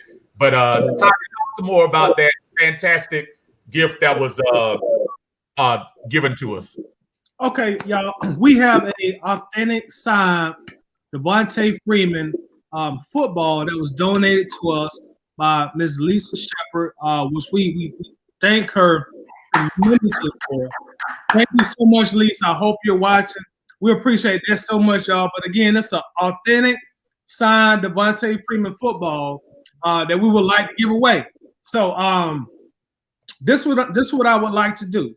Okay. If we can find somebody who's listening on YouTube or I guess we would just have to say in our group, whoever's listening in our Atlantabirdgang group, very first person to inbox me, the very first person to inbox me, or you can even put it on the group. Yeah. You in a Devontae Freeman jersey, you got the football. I'm going to mail it to you. All you got to do is just inbox me with you in a Devontae Freeman jersey. The football is yours. So we'll try to give it away that way. And if we can't find anybody with a Freeman jersey, we'll figure out another way. Once again, the first person to inbox me with a picture of you in a Devontae Freeman jersey, I'm going to mail you that football very first thing next week. So let's go. Let's go to it. Let's get it. All right, so whoever's coming in, we also have coming in here our brother Jimmy Hall. And Jimmy, I know Jimmy is a Jimmy. Don't come here smiling because we know you want it, Pitts. He's a Kyle Pitts fan. I saw him with the Gator. I saw him doing the Gator chomp soon as we did it. So, bro, I told y'all it was Pitts, and here's why it happened. As I said before, we weren't sure Hayden Hurst gets picked up for his year option. So the reason that this happened is because we seen what Hurst can do in one season. Who's to say that Arthur Smith and Terry Fontenot were sold on what Hurst is? That's why I said I saw Pitts becoming our guy for the pick. He's the best ready-made tight end coming into this draft. And if anybody really pays attention to what kind of player Pitts really is, he's the next version of a combination of Kelsey and Darren Waller. They've been comparing him to these two guys. So if you can get this guy open, Matt shouldn't miss with all these guys on the field. And if he I'm just gonna say, I love you, bro, but we gonna send you right now. That's not gonna miss, eh? Okay, I apologize, Jimmy. Okay, go ahead. But here's my logic. I do still think, and we have to, Atlanta's going to take a quarterback. Mm-hmm. Here's my logic on quarterbacks. Two names I want you guys to keep in mind, because I'm not, in the war room with Terry Fontenot and them, but keep your eye on Jamie Newman and old boy from SMU. I guarantee you those are the two quarterbacks that they're looking at later on in either the third or fourth round. Carolina got J.C. Horn, so Fields is falling. Okay. Yeah, Fields. Yeah. Hey, there's something out on Fields then, man. I hate it. I hate that the kid is falling like this, but there's something on him. We probably won't find out what it is until after the draft, but these teams passing on him now. It's not that Fields can't be a good quarterback, but if anybody remembers, the reason I kept saying a quarterback wasn't going to be the Falcons pick, here recently, any quarterback taken in the top 10, really, if you think about it, hasn't always been the best pick for the teams that have taken them. The only one that comes to mind that has led their team to the playoffs that has been picked in the past 5-10 years, they actually only be Baker Mayfield. Everybody else has actually fizzled out. So that might have been Atlanta's logic. Now, the backside of that is how many people are listening to the fact that they said that Justin Fields can't read defenses. So that might factor into why a lot of the teams are passing in on him right now and they're saying, we can probably pick him a little later on. But if he slips all the way to New England and New England picks that kid, I'm telling y'all, they're going to be a problem. They're going to be a problem in some years to come. Yeah. But I don't, man, for me, I look at the salary cap situation too, because we know these quarterbacks are going to continue. Their salaries are going to continue to go up and up and up and up. The fact that you pick up a Kyle Pitts, you ain't spending $100 million for no tight end when it's time to re-up. So, you know what I mean? So that's another thing you got to take into consideration too when it comes to getting these books back right. Matt Ryan, whether people love him or hate him, I mean, we got to admit we're in this pickle a lot because of Matt's money. We're paying the guy basically for stats. That's what we paying him for stats. We ain't picking up no dubs. Right. We getting stats, and I don't care about stats anymore. For me, the only thing that I care about, and it's been the last 2 years, dubs. I care about wins. I don't give a damn how many yards Matt Ryan threw for in the second quarter or the second half. How many points we put up. Well, man, Matt was His QBR was 130. We lost. I don't give a damn about none of that stuff. If we're committed to this guy, give him the best weapons to go out there. For me, I believe Matt Ryan's problem is he's not a good quarterback when he has to think. It might sound crazy, but when Matt Ryan, we've seen it. When Matt Ryan drops back and makes a 6-7 step drop back, this boy trash. When he got to think, he's trash. Look at what Kyle Shanahan did for him. Kyle Shanahan got that ball out of his hand. You know, you had Coleman, you had Freeman. Those were his outlets. If that first or second read wasn't there, bang, he's dumping it off. And that's where Matt Ryan thrives. The no-huddle offense, getting it out of his hands. So you get a guy like a Kyle Pitts who can beat his guy real quick, big guy, red zone target. For me, this was the move they had to make to win now. You know, Matt Ryan, listen, I don't think nobody on this panel wants Matt Ryan. Jimmy, the front office made this hard for us. Hey, listen, front office, when they extended Matt Ryan, they made this almost an impossibility for us. I'm all about winning right now, bro. I can't do another 4-12 season. I can't do it. I can't do it. This one was hard, fam. Jimmy, you had the nerve to come on here and talk about Matt Ryan. Jimmy, No, guys, you have been chopped. I'm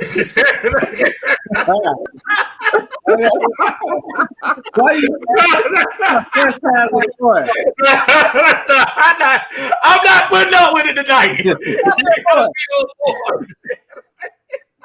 Our brother Armani is on here, man. What's going on? What's up, Armani? How you doing, man? All right, nothing much, man. Okay, so I'm good. How are y'all? Jimmy, you know I love you, Jimmy. I'm just messing with you, man. Jimmy, boy. but talk to us, Armani. What you think, brother? What you think is going on, man? What how do you first how you feel, man? How you feel about the move?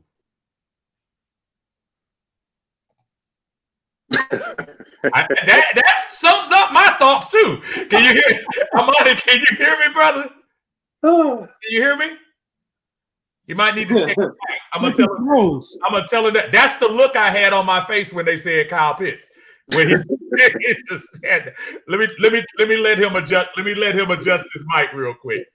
Hold on one second. I'm gonna let him know to adjust his mic. And so how far y'all think Fields is gonna fall while we get him adjusted? It's ironically they showing Mac Jones when you just mentioned Justin Fields.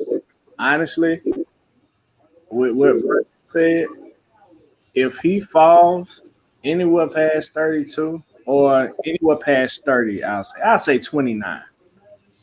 Patriots probably gonna get them. I don't know, but that was one of the concerns that I had. Well, I ain't gonna say concerns. That was one of the things that I, put out in the group. Like, hey, is his health, is this epilepsy scare gonna be a thing? Is this going to mess up his draft stock? And a lot of people were like, no. And I'm like, And then their alibi was, well, we chose somebody that had heart problems. I'm like, nah, bro, we reached for both linemen, if you want to be honest. We reached for the both of them. We should have got them later on, but, however, whatever. Brother Tidy, do you have a winner in the Devonta Freeman football? I looked at my inbox. We still don't have a winner yet. Okay, I had somebody on here that claimed, I don't want to say the name yet, but somebody claimed they were in there, so I don't want to point it in there. I see in the inbox. So let me make sure that they can get with you. Did they inbox it to you, Steve? They inboxed it. No, they just put it in the thread, but I want them to put it inbox it into Tidy's. If they put it in the thread, that's good enough. As long as you see put it in the thread. Okay, so that's going to be Courtney Smith. Courtney Smith, I want you to call us real quick, Courtney. Courtney. Congratulations, Courtney. She absolutely put it on here. So Yeah, she won. Make sure, you were on here. So yeah, Courtney was the first person I saw that put it in there. So Courtney, when you get a chance, call us real quick at 1-877-747-2346 so we can get you to come online and talk to us and whatever. Armani, let me see if Armani got his mic stuff straight. Armani, did you get your mic straight, brother? Yeah, can you guys hear me? I can hear you now. What's going on, man? Okay, good. Go ahead. Man, your voice is ahead of your face, but it's all good. Okay, I got you. Let me adjust my laptop. It's okay. We can hear you. Go ahead and talk. We hear you loud and clear. There goes Pat Thing. Yeah, wow. Sertan gone. Sertan just got picked up. But honestly, guys, let's not. I'm not gonna be too mad because with this offense, man, who's gonna stop us? Honestly, Cam Jordan. Who's gonna stop us? Who else? We coming up against that? You know what I mean? It all depends on coach. My bad, Armani. Do what you do, bro. I'm sorry. I mean, I just don't understand how you pass up the hometown guy, though. I'm just like, man, why is Justin Fields falling like this? Man, we see it every year, fam. We see it every year. There's a guy who, is projected to go high, and then he just falls off a roof, man. I don't know. Hey, guys, do you guys think that maybe that Ohio State QB stigma played a part in that? I was thinking about Absolutely. that. Absolutely. Yeah. That could be true. Yeah. That's something that. And the fact that Denver passed on the boy, and they went and got another guy, a corner. Hey man, that Aaron Rodgers thing might be true, fam. Because the boy was sitting right there. Yeah, he was sitting right there. He was. They walked right past him. And I'm gonna say this, man. Politics has a lot to play into this pick. I'm not gonna lie to y'all. We all know. I'm not gonna mention it, but I just don't understand how you pass up on the Georgia kid. He's from here. You know what I mean? I don't understand that. But with this offense, I don't want no excuses from Matt Ryan. From the Ryan Knights, I don't want no excuses. None at all. You got Kyle Pitts, Calvin Ridley, Julio Jones. None, no excuses at all. None. I put that asterisk by Julio. Yeah. Oh yeah. Oh man, yeah. You right. That asterisk by Julio real quick. But Armani, one of the things that you just said, and it's so true. And this is not trying to aim my venom at those who just want to prop Matt Ryan on a pedestal that's higher than he deserves. But for the next 2 years, you must make the playoffs. You must have winning seasons. You must do that because you know what you said when you got Kyle Pitts. You said we got enough to win now. That's what you're telling me when you get Kyle Pitts. When you get a tight end at number 4, you're telling me you have enough to win. I don't see it on this team. Maybe it's coaching that can help. I don't know. But I'm telling you, when you make a pick like that, your brain trust is saying, you know what? We got the right tools. We can fix this. You know what, Terry? You know what, Arthur? Y'all are on the clock. You better have a winning season. You better go to the playoffs. And this year's schedule is not daunting. We played at NFC East this year, and we have the AFC East. And aside of Buffalo, none of those teams are really groundbreaking. So you have to be at least 10-7, shoot 11-6 this year, because you told me with this pick that you can fix it. I'm telling you, I'm calling you out every week and still wear my Falcons stuff. But I'm calling you out every week. We don't win. And I'm going to look at Kyle Pitts' stats too every week. Kyle Pitts better have 1,300 yards and 78 touchdowns.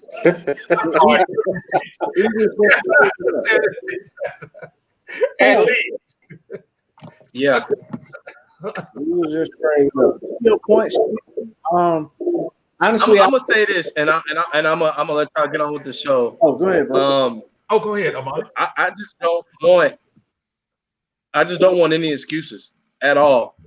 The only way that you can excuse Matt Ryan now is if he suffers an injury. God forbid, knock on wood, because we don't need that. Because it don't look like we get the quarterback early in the first, second, maybe even the third round. So I really knock on wood for that, because don't want that for Matt, because that's gonna mess up the whole season, because we don't have any quarterback sitting behind him right now.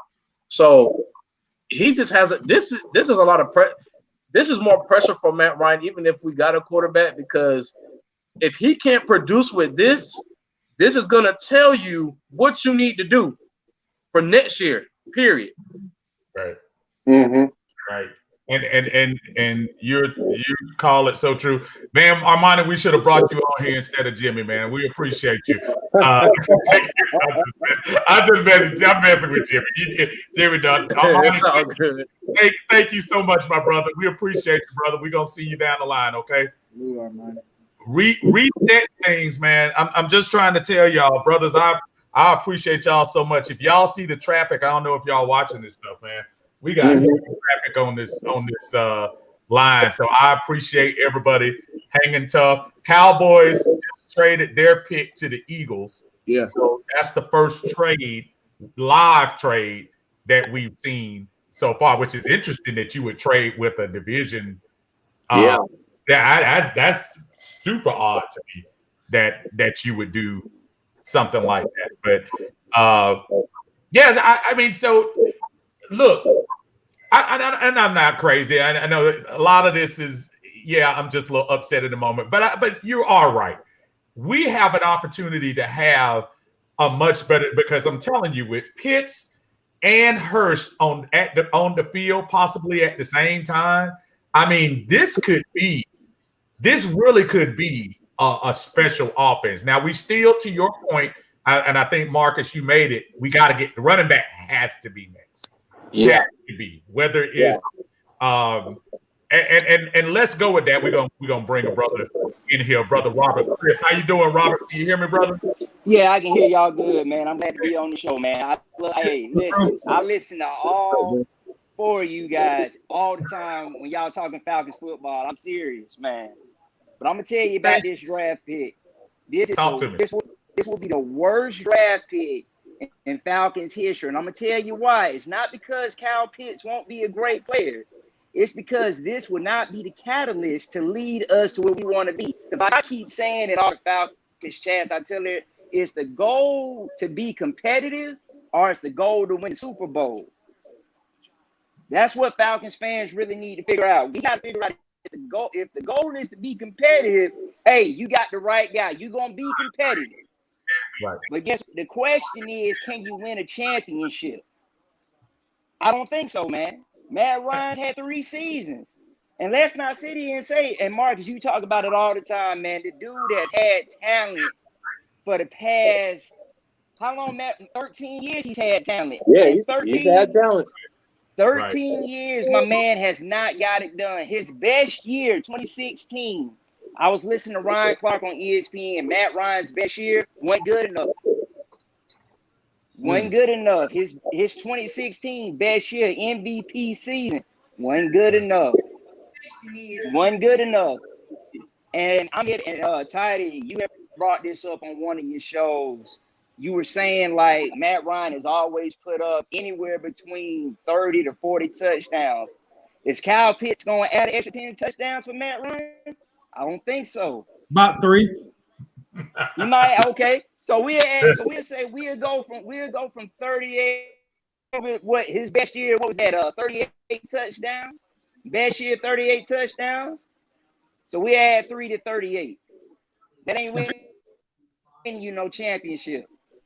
That ain't get. I mean, we'll be competitive. We may be 8-8, maybe. Oh, I'm sorry, they added an extra game. So but listen, man. we're not gonna be good for the next couple of seasons. Man. I'm telling y'all that right now. As a Falcons fan, buckle up, get ready for the next 2 seasons, and we're gonna be sitting back. You know what we're gonna be saying? Damn, could have had Justin Fields. Damn, could have had one of them boys, them young guns out there. And I just want to get y'all thoughts on that, man. I see Justin Fields is falling. I don't know. They might use Julio to trade back into the first round and take him. That was the thought I was having. But, man, I don't know. I don't know, man. I don't think this is going to be a good draft for us, man.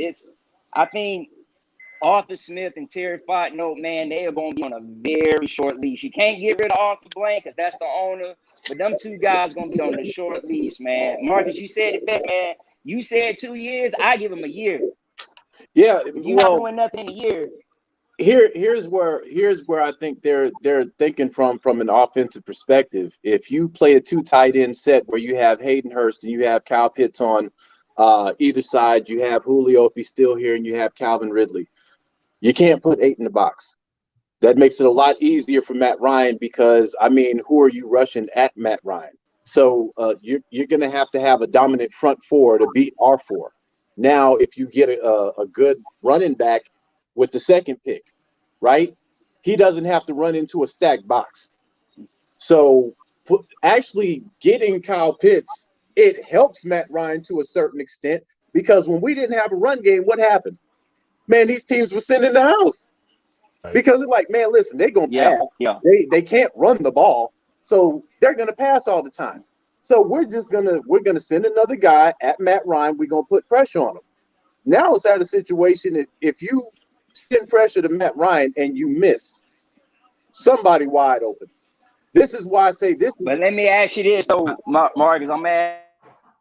Okay. Ask you this because you say this a lot. You say this a lot now.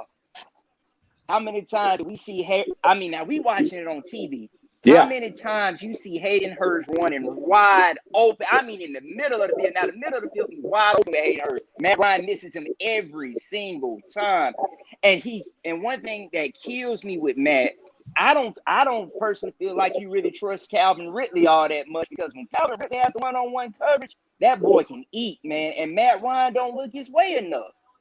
Well, I look at the last 3 games that we played when Julio wasn't here. I can't trust him. When Julio wasn't here the last 3 games, and Calvin Ridley was just absolutely just destroying defenses. We lost all those games, but, I'm looking at from an offensive perspective, they're trying to make this easy for Matt Ryan.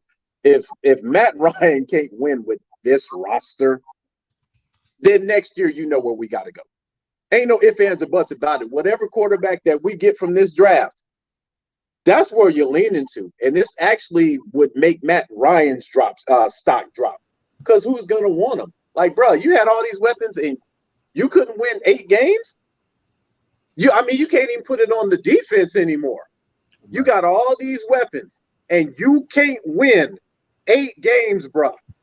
We've seen Matt Ryan overthrow guys, underthrow guys. We've seen Julio Jones have to play defense on some of these plays. So, for me, this is Matt Ryan's year. Either he going to excel or he going to fold. If he folds, we move on the very next year. I apologize, man. I've had my brother Cam, been sitting on the phone eating his wings, waiting for us to get a break in here and talk to it. Cam been holding patiently, and I apologize. Cam, how you doing, my friend? It's all hey, how y'all doing, man? What's going on, fam? Doing good, brother. Talk to me, man. The floor is yours, brother. You deserve the floor. Talk to us. Tell us about what we just did. I just jumped this whole fifth, so my word is word. Forgive me. It really, that was the smartest thing to do. Mm-hmm. I don't understand it. We have this same formula for the last 6-7 years.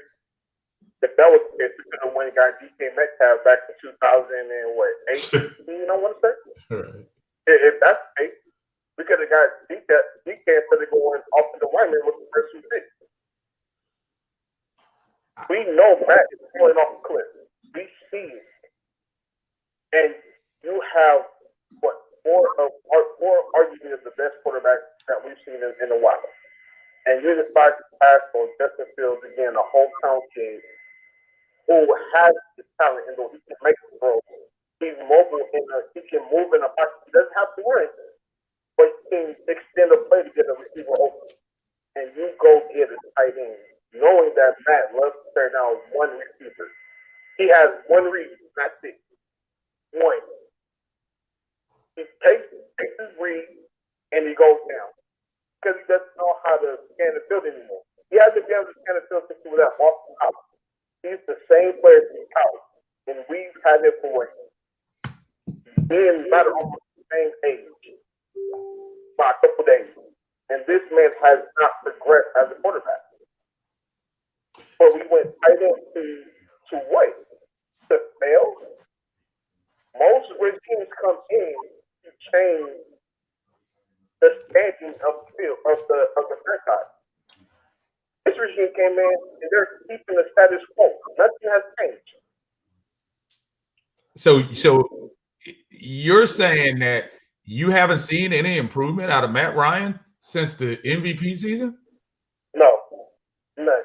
I am shocked. I am appalled. And I'm appalled that you're the first person to come up and say that since dude, we are going to go through a spiral right now. We're going to go into a spiral and we're going to look back at this day, April 29th, and realize that this was when we had the opportunity to make a change and we did not. I'm just telling you, I just really feel strong. I wish Kyle Pitts the best. I really do.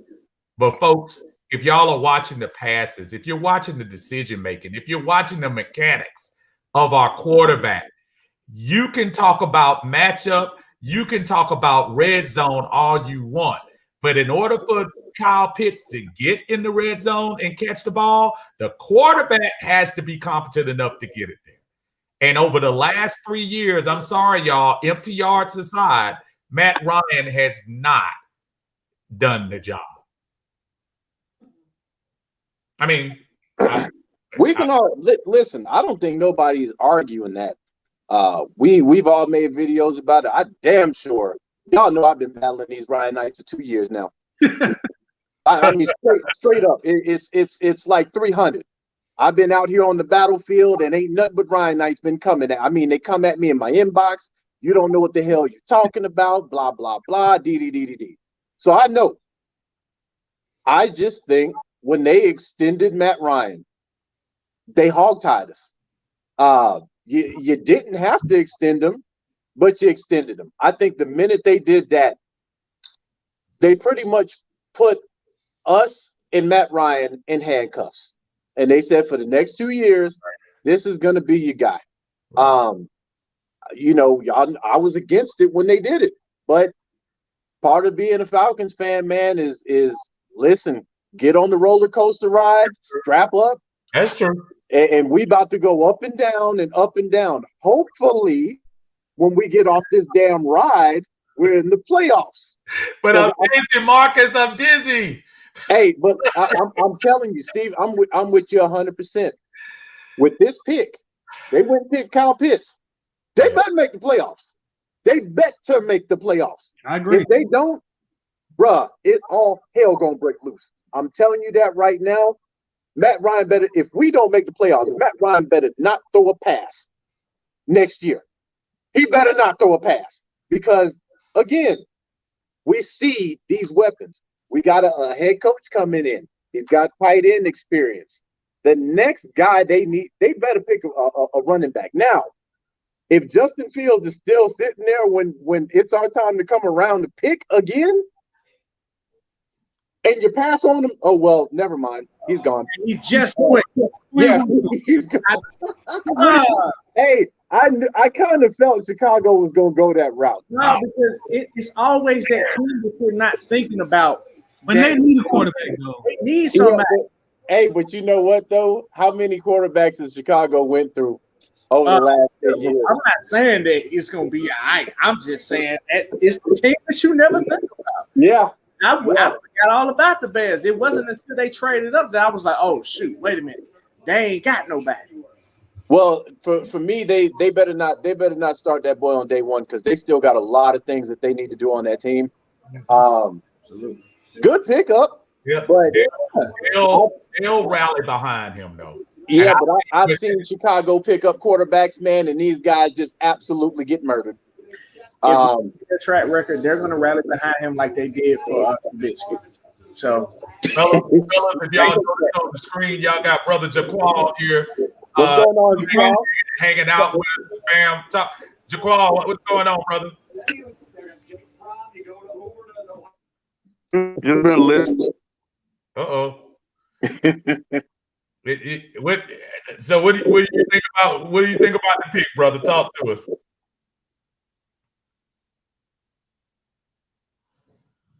All right, Jaqual, I'm gonna let you get your video straight, and we got brother Andre. Yeah, turn down your TV there, Andre. If I think you got something. Okay, there you go. What's going on, brother? What's up, bro? How you doing?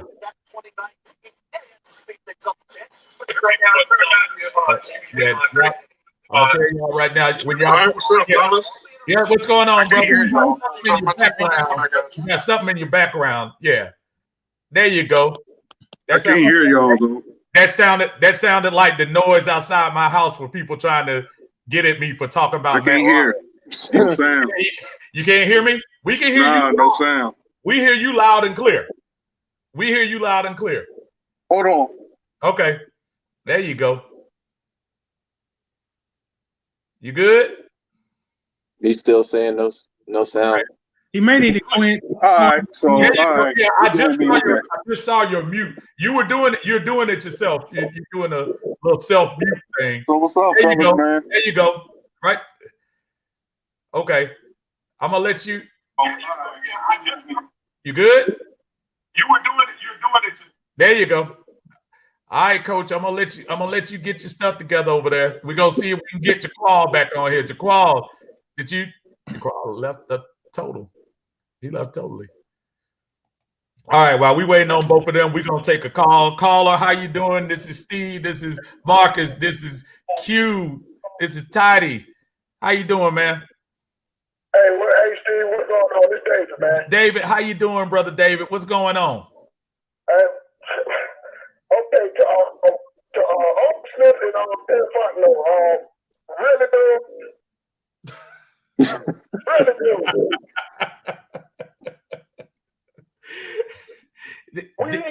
Did they not make a pick to your liking, David? No, because I'm going to reiterate some of the things that y'all have said. We had a chance to reset, re-energize this franchise with a boy that would have, as y'all say, was there anything about this move, Dave, that would make you want to pay a ticket for 2021? Period. And you go out here, and instead of resetting this football team, you're trying to go out here and win now. With what? The offensive line they have played better, still has communication issues. This defense, okay, yes, they jumped up to 19, but we still are atrocious on the back end. We cannot win right now. This is not a win right now, team. This is a rebuild. We still got Quadre Ollison.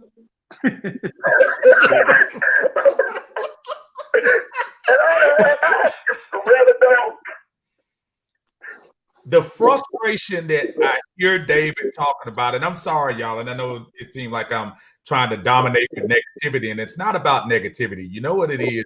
And David and I have talked about this several times, and I'm just going to have to reiterate it again. Was there anything about this pick today that made you feel any better than 2017 to 18, 2018 to 19, or 2019 to 20? And I want you to be honest when y'all say that. The year we got Lindstrom and McGarry, that was a need. We needed to get some young folks up there blocking. What is it about this move that's going to make me invest more into an overpriced PSL for a team that just went 4-12 to watch a 6'6", 245-pound tight end? What? I know we got a long way to go. Look, we might make the best 8 picks from Friday on, but with your number 1 pick, I'm just saying, David, I just don't get it. I don't. And Steve, I was saying this to somebody the other day. Show me the impact player right now that is going to make a difference for us this year. There is not one in this draft. Not one that is going to make a difference. Not a difference for us. Yeah, Matt Ryan may have a few away, but Kyle Pitts he might get the 4800 yards. He might get the 30 touchdowns. But it was 26 and 11 there, 46-15 or something like that. But that is not going to win us any games. It's not going to win us any more games this year. I already have a 7 and 10. I may have to change that, depending on when we get Chesterfield. David, rise up. Dave, I appreciate you, Dave. We're going to move it on to these other guys. Thank you, my friend. Dave's hot, man. Dave's hot. Go ahead, Toddy. I'm sorry. I'm saying he hot, man. Well, listen, I don't want to dominate with negativity because, again, we should be celebrating. Brother, he is welcome. He is welcome with open arms. And just like Marcus said, I'll be down at the thrift store to get his jersey and do whatever I need to do and pay this jersey number on. I get it. I'll be there. But at the same time, there's just something deflating about the pick we made today, folks. I wanted this to be so exciting, man. And this is just so deflating right now. I mean, it is. I just want to say, like, I ain't trying to be funny. You know, I ain't never trying to be funny or nothing like that. I just want to see how the rest of it gonna go. We put so much stock into this first pick, and rightfully so. We should have, because it was a lot, you know what I'm saying, at stake with this first pick. But I still believe that it's a lot left, and they still got a lot to prove with the rest of their pick. Listen, man. I know he's 38 hot. Y'all know I don't really listen to sports radio, but God damn it, I'm gonna be up early tomorrow morning. I'm gonna be up early tomorrow morning. They gonna be you gonna hear some of the funniest stuff tomorrow. But let me say this. As far as speaking positivity, you look at what happened last year. We went 4-12. Right. With our defense being what it was. We went 0-5. We started the season off 0-5.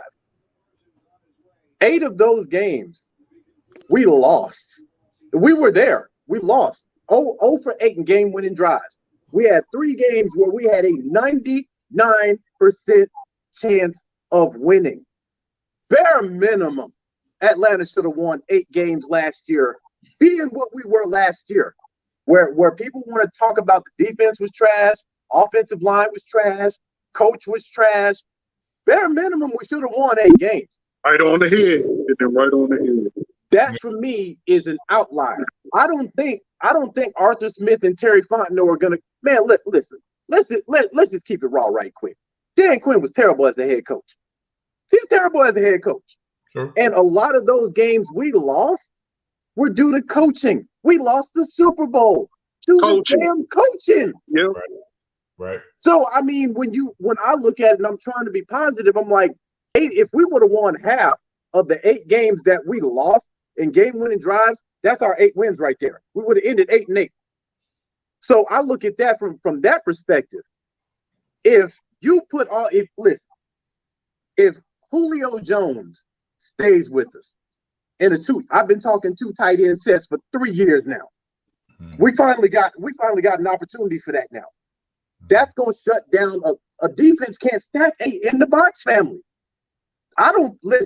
Matt Ryan to me is the only red flag right now. This is his year. Either he's going to be good or he gonna be trash. Now we already got the memo out that he's trash, but I just need him to be the trash on top of the dumpster, not at the bottom. That's all I'm asking for right now. Just be at the top. All you gotta do is be at the top. We should be in the playoffs. If this man is the trash at the bottom, hey man, listen, Matt, it's been fun, but you know the fan base, we deserve better than this. We deserve better than the happy feet. We deserve better than the deer in the headlights. We deserve better than these unnecessary. I know y'all remember the Chargers game, family. Oh, yes. Ain't put that on nobody but Matt Ryan. Matt Ryan threw 2 picks. Bro, good. 2 picks inside of a minute, family. 2 picks. Family, I'm sitting here watching the game.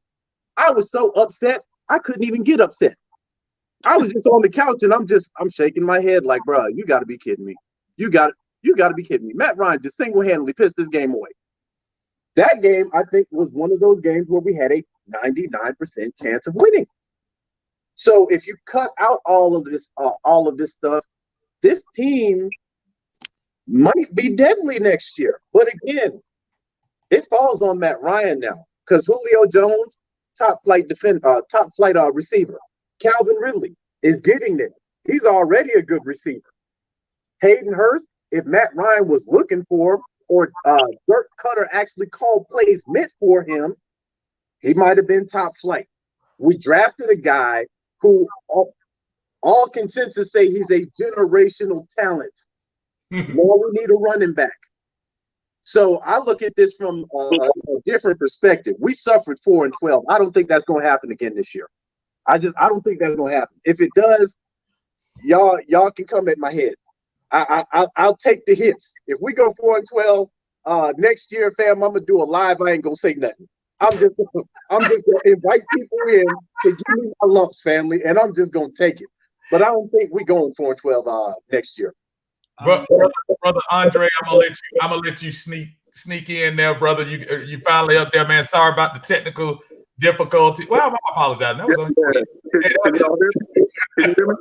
I can hear you, brother. Can you hear us? Yeah, absolutely. But don't. So let me say, don't chop me, bro. Just follow with me real quick. just follow with me real quick. But I have been saying that Todd, because he's been going in my head. I have been saying every single thing that my man just said. Is it so much that Ryan sucked, or is it more likely that our coaching was that horrible? Follow with me what I'm saying. Okay, the year we went to the Super Bowl, the year he was the Super Bowl MVP. Okay, look at our 20-plus yardage throws. Okay, look at that. Now, moving forward, once we lost Shanahan, look how many times we did the 5-yard dink and dunks. Like, I don't want to spend my whole time talking about that, but what I'm saying is, was it coaching so much that Ryan, or was it Ryan suck? That's what I have been screaming for months and months and months. So I'm not co-signing on anything Dirk Cutter had to do, but I will say this. In 2018, and we always conveniently skip over 2018.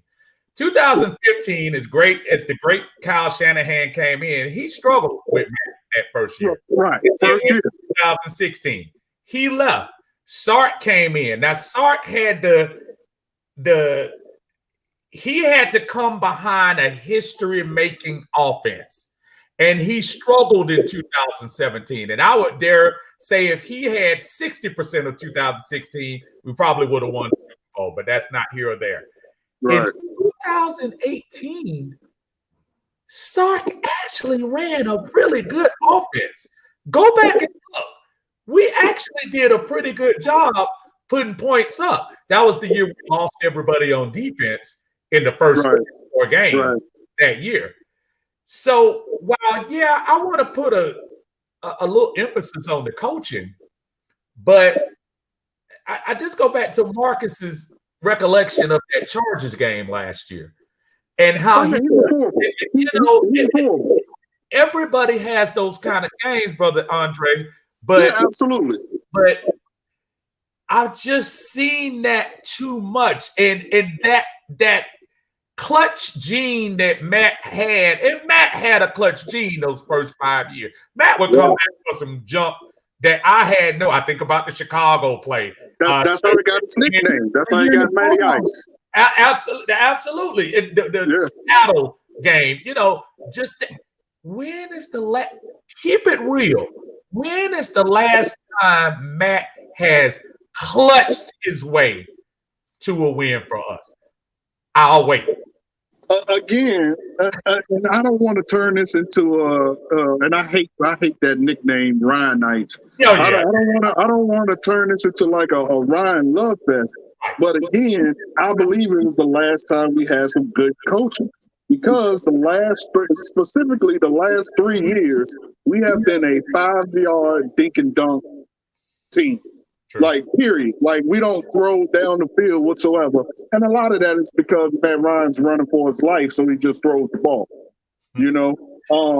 Best 2 long balls have been thrown by our wide receivers over the last 2 years. Russell Gage. Right. That's what I'm saying. Like, we don't roll the ball down the field anymore.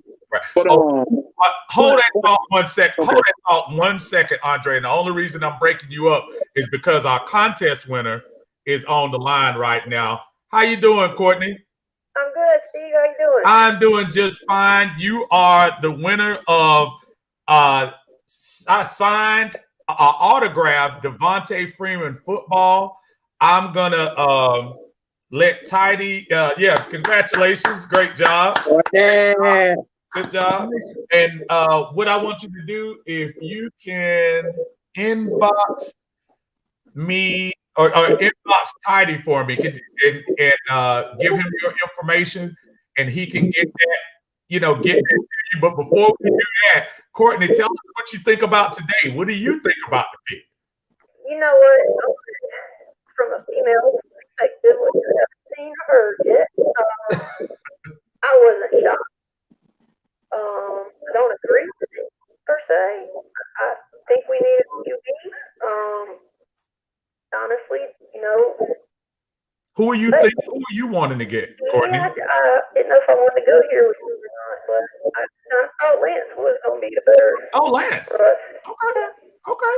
I'm not. Listen, hey, I would have done well with him. I absolutely would have. So you're not hurting my feeling at all. So that's fine. But I just appreciate you. Thank you for participating today. And like I said, inbox Tidy for me so you can get that information so he can get that ball to you. And thank you for congratulations, Courtney, today. Absolutely, I appreciate y'all. Thank you. Congratulations, we appreciate you, Andre. I didn't stop you, Andre. I was trying to. You had a little background noise in there. I personally wanted to chop you, but I brought you back in there just to make you feel good. All right, thank you, bro. Yeah, let's get off that topic because I see Tidy already dogging me in the group talking about we need more haters. I mean, we need more Matt Ryan lovers. No, I want a balance. We want to see a balance. We don't want to feel like we just. That's great. But you know what, though, Andre? I want to love Matt Ryan.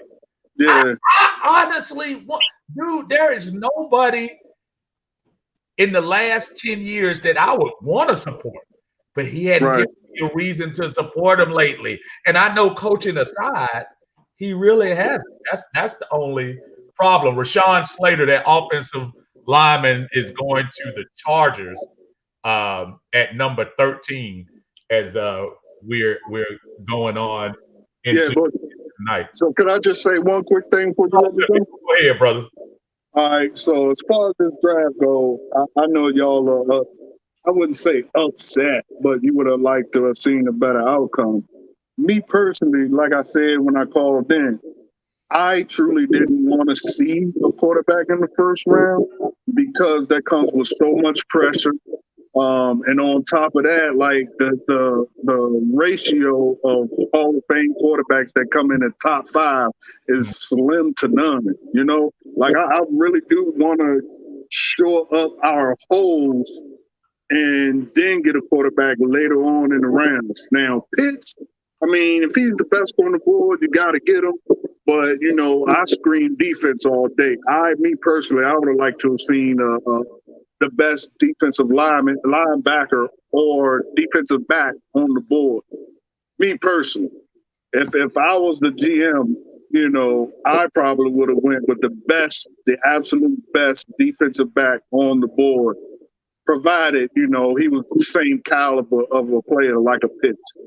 No, not at 4. You'd have had nobody with that type of talent.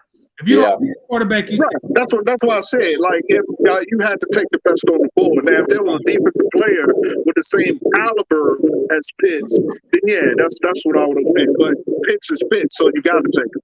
And let me say this, Andre, you have to take him. Since you think I'm going that back tonight, because I really wouldn't hate that Ryan back tonight. Yeah, you might get that far, but I do want to say this: since we obviously in a win now mode, I wanted to be in field mode, but I totally accept win now mode. I don't like to lose. This is gonna surprise some people, and Marcus has been hitting on this pretty much throughout this stream. But we gotta find a good young running back now, and I'm gonna more people. We might take 2 running backs in the draft, and I know our defense need to get better. But listen to me when I say this: we lost Ito. Lost Brian Hill, and I put up 2 posts in the group yesterday. I'm a little skeptical on the Davis signing because to me it was like re-signing Gurley. And Allison, in my opinion, I'm sorry, y'all. I know Allison got a hive out there. Allison, sorry, guys, but we gotta find some quality young backs now that we can, and Matt Ryan can lean on in 2 to 3 years. Because Matt Ryan is at his best is when he don't have to throw the ball 40 times a game. Absolutely. We don't need him to pass for 4,500 yards. We need Matt Ryan throwing that ball anywhere from about 24 to 29 times a game, and we need a steady running game. He's an aging quarterback, and we need to make the running game win some games for us now. So, and I'm saying Mark has been saying this all stream. So, hey, I don't like to ignore the defense, but if we can find us 2 more young quality stud running backs, bring them to Atlanta. Yeah, and that's absolutely correct, and that's something else. You know, I heard Steve say, you know, I think actually I'm not quite sure who it was, but I remember someone saying, you know, Matt gave us his best year and it still wasn't good enough. You know, which in my opinion, that was a coaching. That's neither here nor there. But what has changed since that year in the last 3 years is something vital. We no longer had a run game. The year he was at his best, we had play action coming out the you-know-what. So they had to respect the run, which left Julio open, you know, which left us open down the field. We didn't have that the last few years. So Matt has been running for his life. And, you know, we throw 600,000 times a game, you know. So you absolutely right. I believe we definitely need a running back. If I was the GM, the next move would be, like Mr. Washington said, a running back. Then it will be at least 1 more offensive lineman and then nothing but defense. And I could go if I was the GM. And I can go for it. Because like I say, man, I want to see us reestablish that run game. Because like you say, when Matt Ryan had his best years, he had a Michael Turner. He had a Devontae Freeman. He had a Tevin Coleman. And I think sometimes with Matt, what happens when we see what I call psycho Matt, when you see them crazy interceptions, is he feel like he got to do so much. He's forcing. Yeah. So he gets in that Brett Favre bag. Like he has to do something. He has to get the ball down the field. Right. Yeah, absolutely. But thank you for letting me rock with y'all guys tonight, though. Andre, we appreciate you letting me rock. And we coming with that nonsense no more, man. We ain't Coach,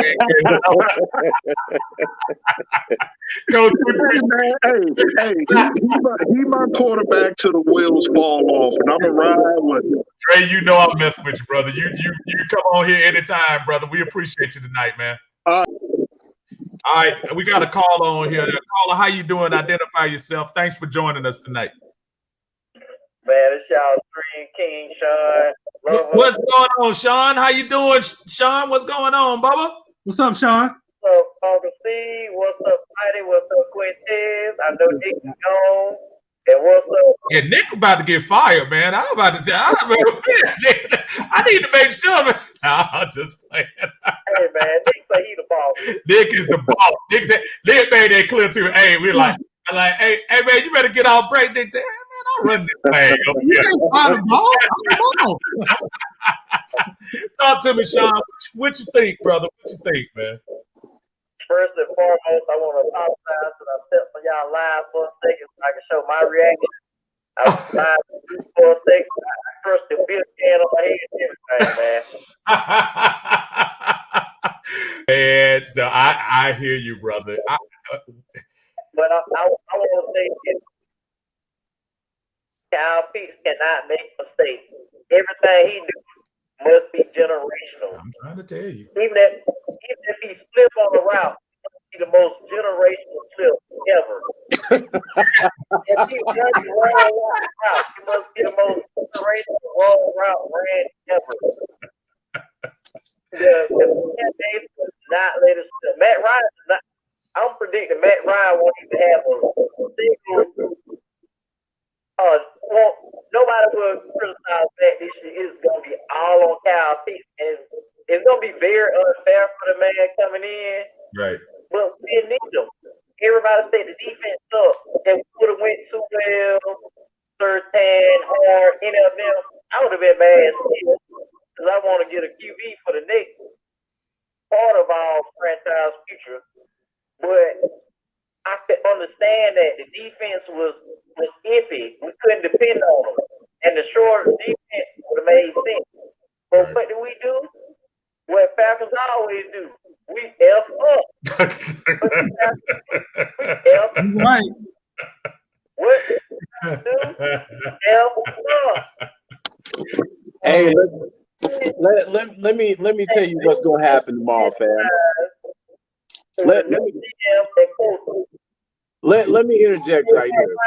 What to play with is a small child in the NFL. And it's crazy that we did that. And now with this happening, we already know what's about to happen. We're going to criticize Kyle to the day he died. Hey, Sean, Marcus was trying to sneak to you 1 second. He was trying to talk to you. Go ahead, Marcus. This is what's going to happen. I'm going to tell y'all some things. Tomorrow on Undisputed, Shannon going to talk about this. Skill. Falcons skill. I'm telling you, Falcons. Woo! How you going to stop this team, Skill? Skill. Kyle Pitts. Julio Jones. Hayden Hurst. I'm salivating at the mouth, Skip. Skill.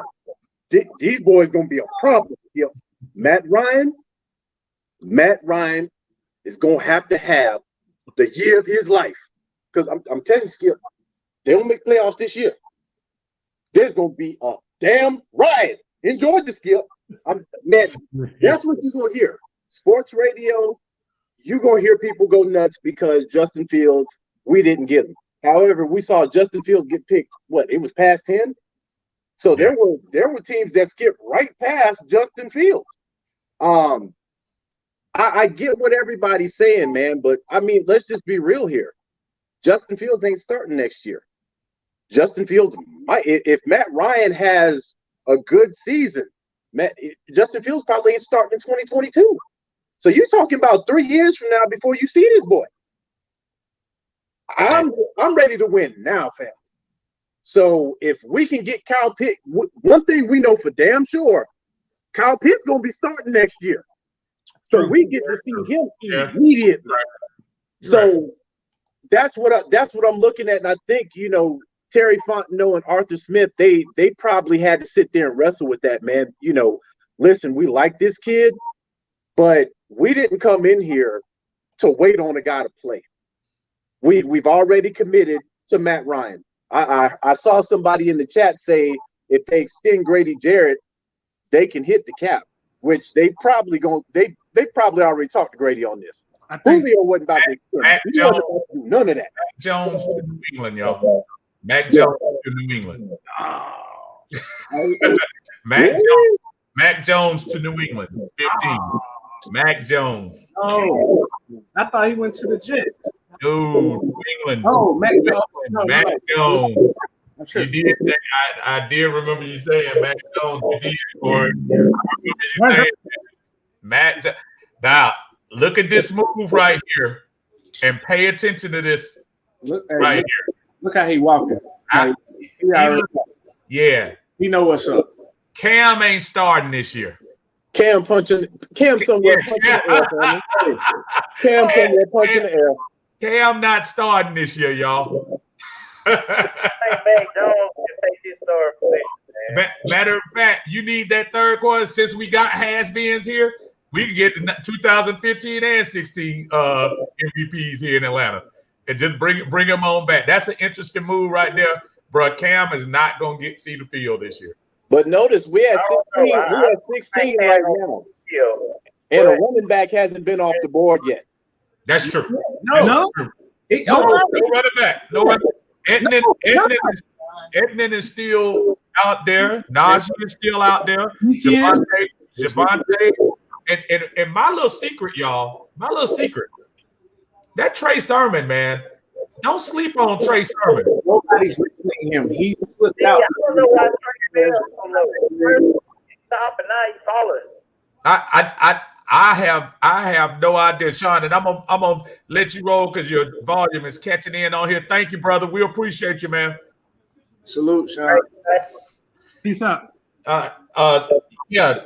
So Sermon. So the top 5 guys are still here at running back, and we're at the halfway point. Now, I still think there might be a run on a running back here pretty soon, but I'm telling y'all, it's nobody's talking about the trades that have happened before we hit 20. Right. It has been like 3 or 4 trades so far. So that lets you know, like, you know what I'm saying? It's going down, man. You can't predict what's going on. That's the only thing that we have been falling on, whether we chose the quarterback or whether we chose the pick. We still don't know. We still got other picks that we don't know what they're going to do. So clearly they leaving this guy. And I will go on a limb to say this. Because of where Arthur Smith had in his previous tenure with the Titans, his wide receiver core compared to ours is nothing. So imagine him transitioning over to Atlanta and having 3 to 4 receivers, and all of them are good. And going from no-name receivers, that actually he coached up to have 1,000-yard, 1,000-yard season, I believe twice over. And then you going to guys who've already had it. You had Calvin Ridley, who came in. If it wasn't for him getting injured his rookie year as much as he did, which it wasn't much, he would have had 1,000-yard season because he had 890-some yards on his rookie year season. So when you go from that, basically when you go from sugar honey iced tea to sugar. Hold on, y'all. I wanted to read this because this was kind of interesting right here. And this is from brother I'm trying to see what this cat's name is. So Marvin McCrary. I already Jesus Christ, this boy read the whole book. I want to read this real nice because I want him to get my full attention. You guys are funny because you guys go on and on about things you can't control. All of you are fans, and you guys don't sign any checks or your own or any teams. The Falcons. This is comical to say. The least the people that are in charge, the ones, and he don't know how to do pronunciation. I mean, punctuation. Actually make it happen. Have done that with a generational player that's going to play big dividends immediately. Everything you guys are saying is your opinion on the Holy Grail. You know what? And I'm not going to read the thing. You wrote a novel. Hey, McCrary. Hey, bro. Hey, guess what? This is your opinion too. So we're gonna do it your opinion.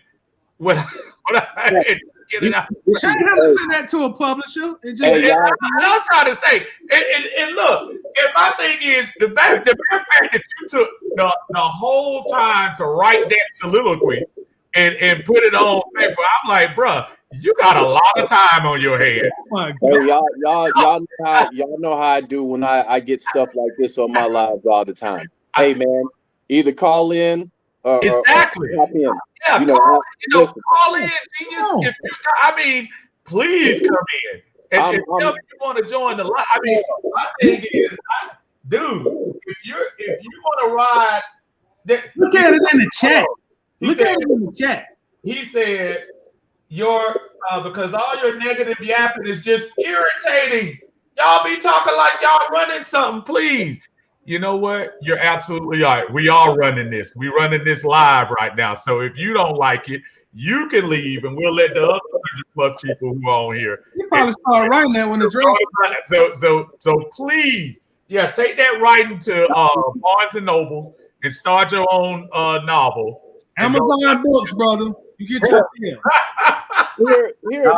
Here's the thing in a situation like this, and when I say Ryanite, I be meaning this stuff. He's clearly a Ryanite, which I ain't got no problem with. But my thing is this: you had all the time to write this, bro. And granted, we don't sign the checks. We're a fan just like everybody else, and we're opinionated just like everybody else. However, if you had this much time to write this, bro, you could have called in. You could have called in and said, "Hey, man, this is how I feel." Right. And for me, if you're still in here and you don't call in, then I ain't even taking you serious, my bro. I ain't even taking you serious. I've had people that hop on my lives. Y'all have seen them. Y'all have seen them before. Oh yeah, they get all crazy in the live, and then when you be like, "Well, hey man, let me go ahead and add you." Nah, bro. Then man, listen, just sit down and enjoy the live or hop off and go wash the dishes or something like that, man. Because for me, it's clear that you're a Matt Ryan fan. I have no issues with this. What I have an issue with is where you're talking about Matt Ryan's top 10 all time. Bro, get off the sauce. All time? Where? I know you're not talking NFL. Falcons? Yeah. Top 10 all time in the NFL? Bro, come on, man. Come on. So what you do is again, call in or hop in the live and tell your mom to go ahead and cook dinner like she's been doing for the last 40 years that you've been in the basement. Go ahead and finish playing your Nintendo game, and then we'll deal with you later on. Caller, how you doing? This is Steve, man. Identify yourself for us. What's going on, Tony? How you doing, brother? Doing good, man. I love you, man. I love Martin and the fellas on there, man. This is very disappointing. Tony, chill, bro. Go ahead. One question, though. Talk to me.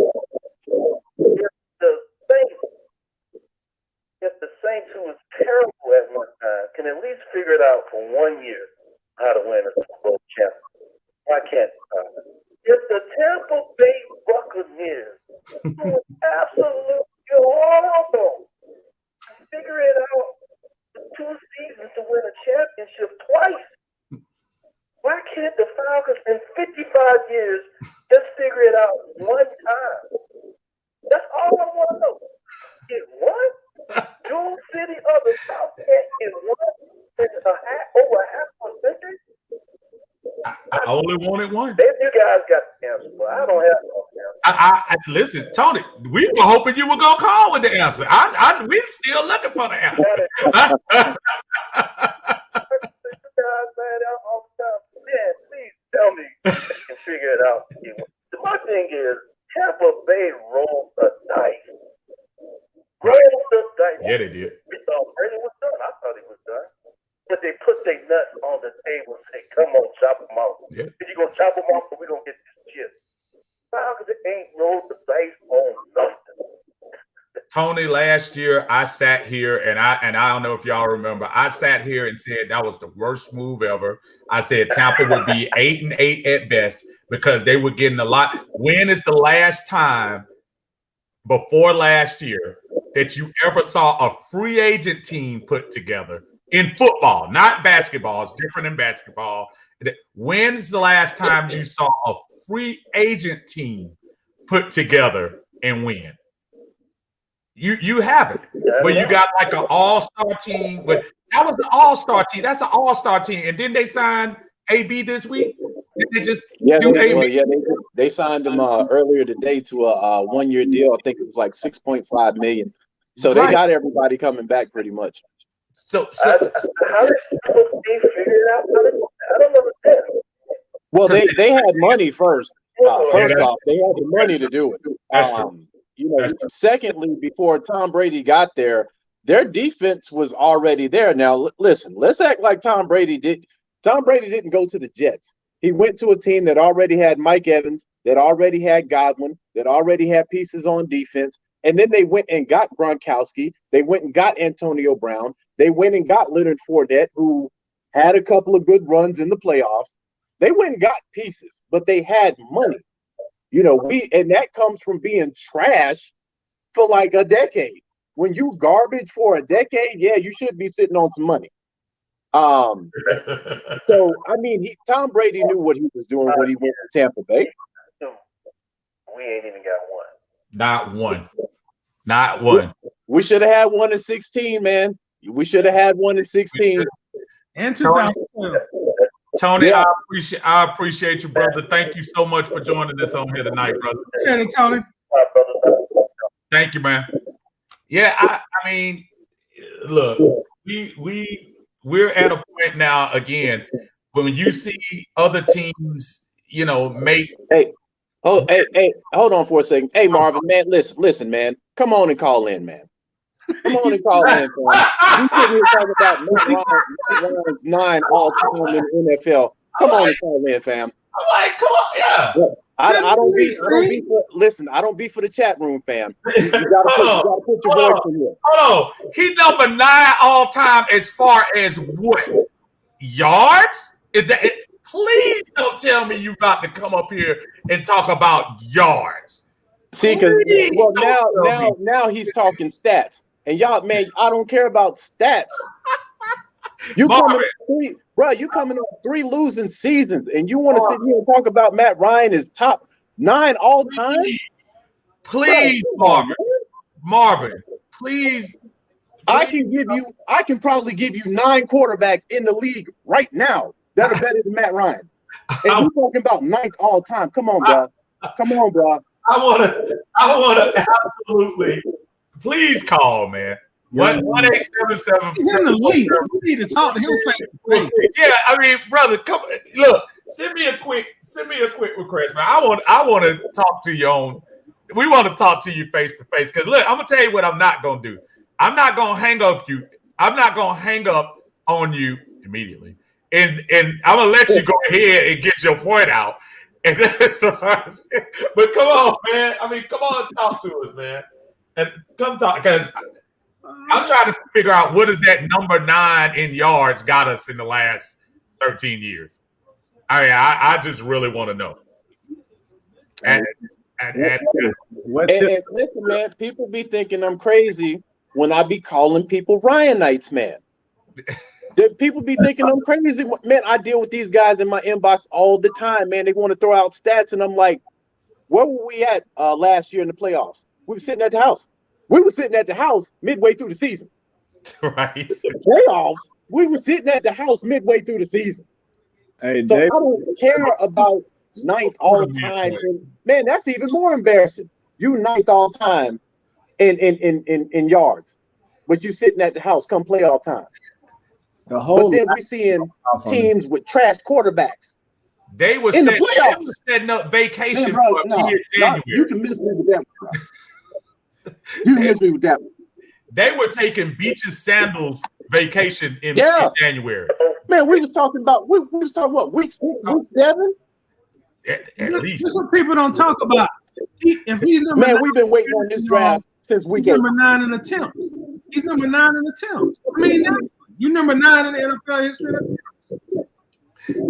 Caller, how you doing? Identify yourself for us, caller. We apologize, man. These guys are really rude. Some of the folks out here who are giving their opinions, and I apologize on behalf of Marcus, Tidy, and Q for being so mean to people up here. So, caller, who we got on the phone, man? Let me tell y'all, all y'all, right? Is that you, Greg? No. Who is that? This is JR. JR, what's up, Jay? What's going on, man? What's up, John? What's up, John? Man, I need to go up to Flowery Branch with a bullwhip and a 38 and just start swinging and shooting. So, I'm really interested to hear your perspective on the number 4 pick there, John. I've given you my perspective many times over the past few weeks. On the way to work. Shiny bullets for a rusty old gun. Now, you got a man that can run a 4.340. He's going to have to take off digging up dirt wide open and then have to slam on brakes. The dog going to catch the pass that Matt Ryan going to throw. I mean, now, what in the world? Now, see, these people here, now, I said, I'm not going to bother them about the pick that they make.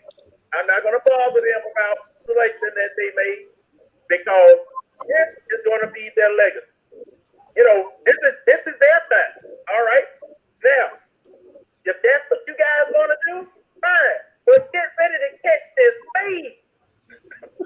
Get ready to catch all this fade. Get ready to catch because you messed up. The first time at bat, you done messed up. Chicago comes and grabs the man that you should have got. All the picks, it was something like the Rick Williams trade down there in New Orleans. Chicago put every pick they had on the table. Give me these. Okay, and what did you do?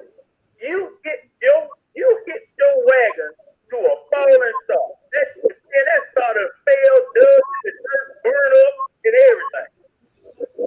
So, all right, this is what you want to do? Fine. Now, in the coming days, we are going to see who actually made this pick. Was it Austin Smith? Was it Barstow? Was it them together? Or did Austin Frank say, let me get 2 more years out of Matt Ryan? He's still going to be a Falcon for life. I just want to see. Because what you have done tonight, you have stabbed all of your fans dead in the left eye with an ice pick. That's what you just did. But, John, we were just informed a few minutes ago that Matt Ryan was the number 9 quarterback of all time. So I haven't figured out what number 9 is. I'm interested to hear what your thoughts are on us getting rid of what is number 9 quarterback in the history. John, I'm just wondering what you think. I'm glad I signed back up for what is that? Waste management. Because I'll stop scan for you to throw him in. Look, let me tell you something. And nobody wants to pay attention to this, but this man is the reason Dan Quinn isn't here. Because think back, the Carolina game, the 5th game of the season, when we lost that game, that officially eliminated any chance of us going to the playoffs. That was the bar for Dan Quinn. That was the bar for Dan Quinn. If you make it back to the playoffs, you get your job. But guess who put the final nail in the coffin? Guess who did it? That stupid interception Matt Ryan did, staring at the man from the time he got dressed in the morning till he decided to throw him the ball, smacked him all the way across the field, and he put all the muscle he could behind the pass. It looked like one of those Bugs Bunny fastball and big ball. Did you just make a Looney Tunes reference while we were talking about Matt Ryan? But this is a Looney Tunes night. This is a damn Looney Tunes night. Y'all, for the last decade and a half, and that was before I even knew he was doing this, Jay from the very beginning told me Matt Ryan stares down receiver, holds the ball too long. And how many of those 13 years did I argue with you about that? 13. Which is not true because last year I wasn't agreeing with it. But I will say, and I told him this year several times that I apologize for my characterization of his opinion of Matt, because all this year I saw it a lot. And actually, I saw a lot in 92 too. Matt's mechanics are not conducive. Wait. Yeah. Don't justify that as no mechanic. Those aren't no mechanics. Man, that boy, where did they go? All right, so now you see what I got to deal with. Jay, you need to go to work. I appreciate you, brother. I'm going to talk to you later on. We're going to get these lines down. You know I appreciate you, brother, man. I ain't going to get fired for the likes of that bum. And 2021 is going to be a real league season. My brother. We'll catch you later, man. Peace, John. All right, John. All right, John gonna be brutal, man. But I'm telling you, I'm not joking.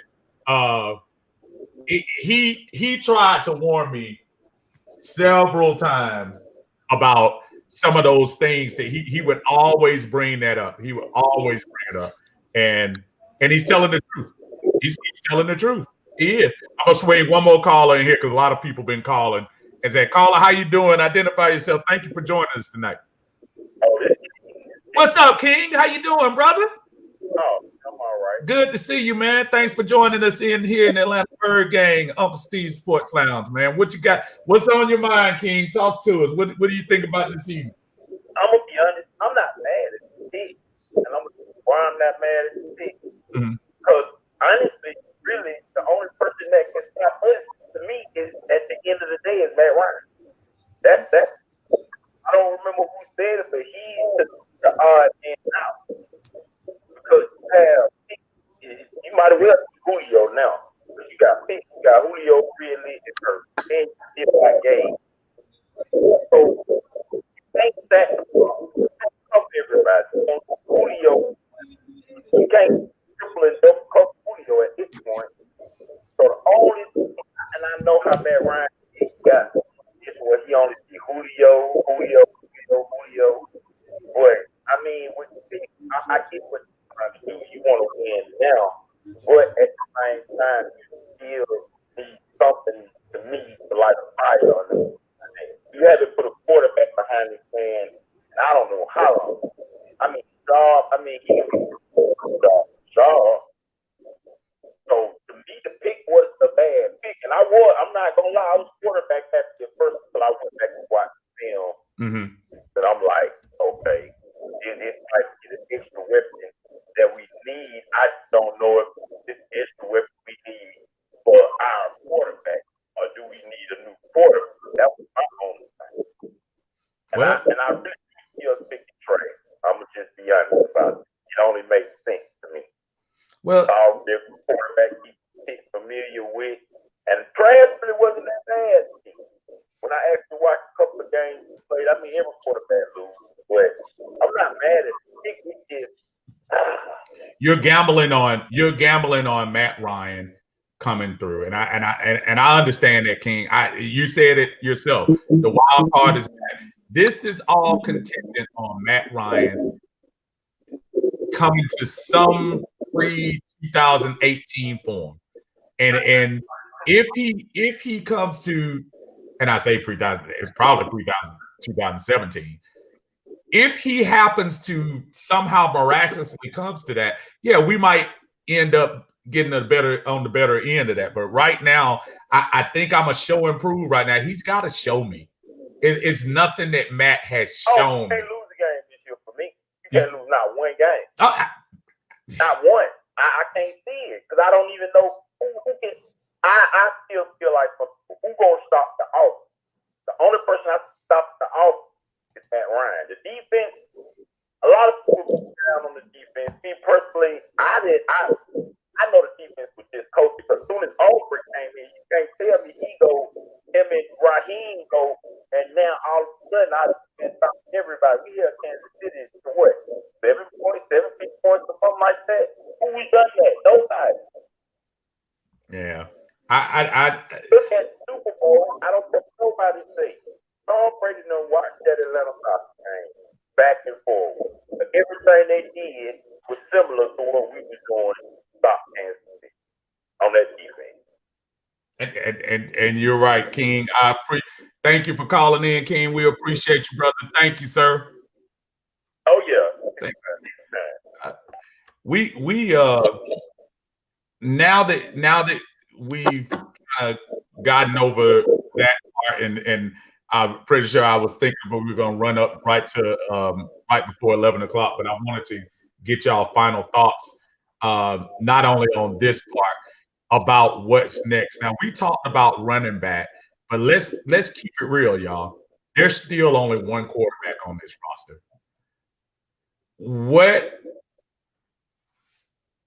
What do you think we're gonna do as far as the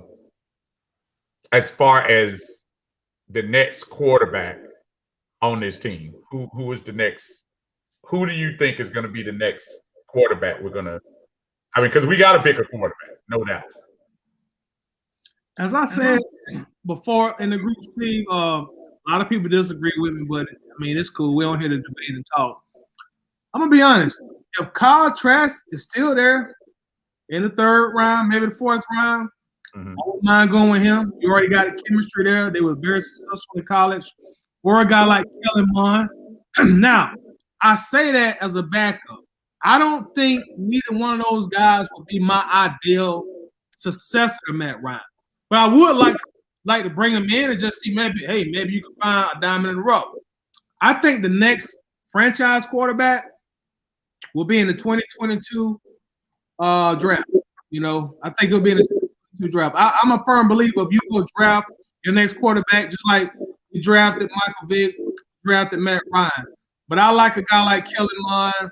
I like a guy like Kyle Trask to bring in here and just, go in there, battle around for that second QB spot. Because we're going to have to draft one. I don't want to see us go call Matt Schaub and ask, do you want to play again? I don't want to see that no more. Yeah. Q, what you think about that next quarterback? Who you got your eyes on?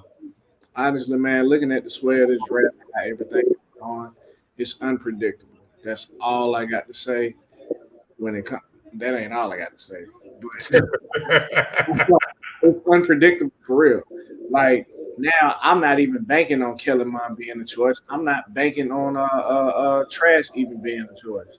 We might get one of the guys that we haven't even discussed. Just to say that we had an insurance policy, we might just go all in this draft and draft our running back second round, and then a defensive pick third round, then maybe the QB fourth round. We don't know, but I honestly can't even tell you. This was not the biggest, I won't say fear, but this was the biggest thing that I was hanging on to. This draft not going how we were banking on it going. And I can't even tell you. Honestly, I don't even have an answer. Marcus, I don't even know. I mean, because I honestly had not even – don't get me wrong. I've seen Kellen Mond, and I think he's done some okay things at Texas A&M. Had them on the verge of making the playoffs, actually. So, keeping it real. That I didn't see enough of Jamie Newman. We were supposed to see him at UGA and didn't get a chance to see him. Kyle Trask, to me, I remember the first 3 weeks everybody was thinking Heisman, and at the end he just didn't finish strong to me. What? I mean, I don't know. So at this point, I'm just like, what? Just get a body? Well, I agree with what both guys said earlier. I at this point, to be honest, I agree with Tidy. I think our quarterback of the future is probably going to be in the 2022 draft. Mm-hmm. And also with Trask, I honestly don't know what quarterback that they're going to pick. Because again, you're kind of hogtied with Matt Ryan for the next 2 years. So honestly, to talk about quarterback right now, when you literally got Matt Ryan here for 2 more years, they're going to draft the quarterback to put behind Matt Ryan. Will he be the guy? I don't know. What I do know is this next pick better be a damn running back. Because if you're clearly with the pick, the fourth pick, you just let everybody know we're riding with Matt Ryan right now. Yep. We're going to pick the best guy on offense, which is Kyle Pitts. Whether people want to argue about, should we have got Justin Fields or Pitts, one thing we can't argue it. We didn't pick a trash player. Oh yeah, we didn't pick a garbage player. We picked the guy that a lot of people had projected to be the best player in the draft. That's So true. I think people need to be mindful of that too.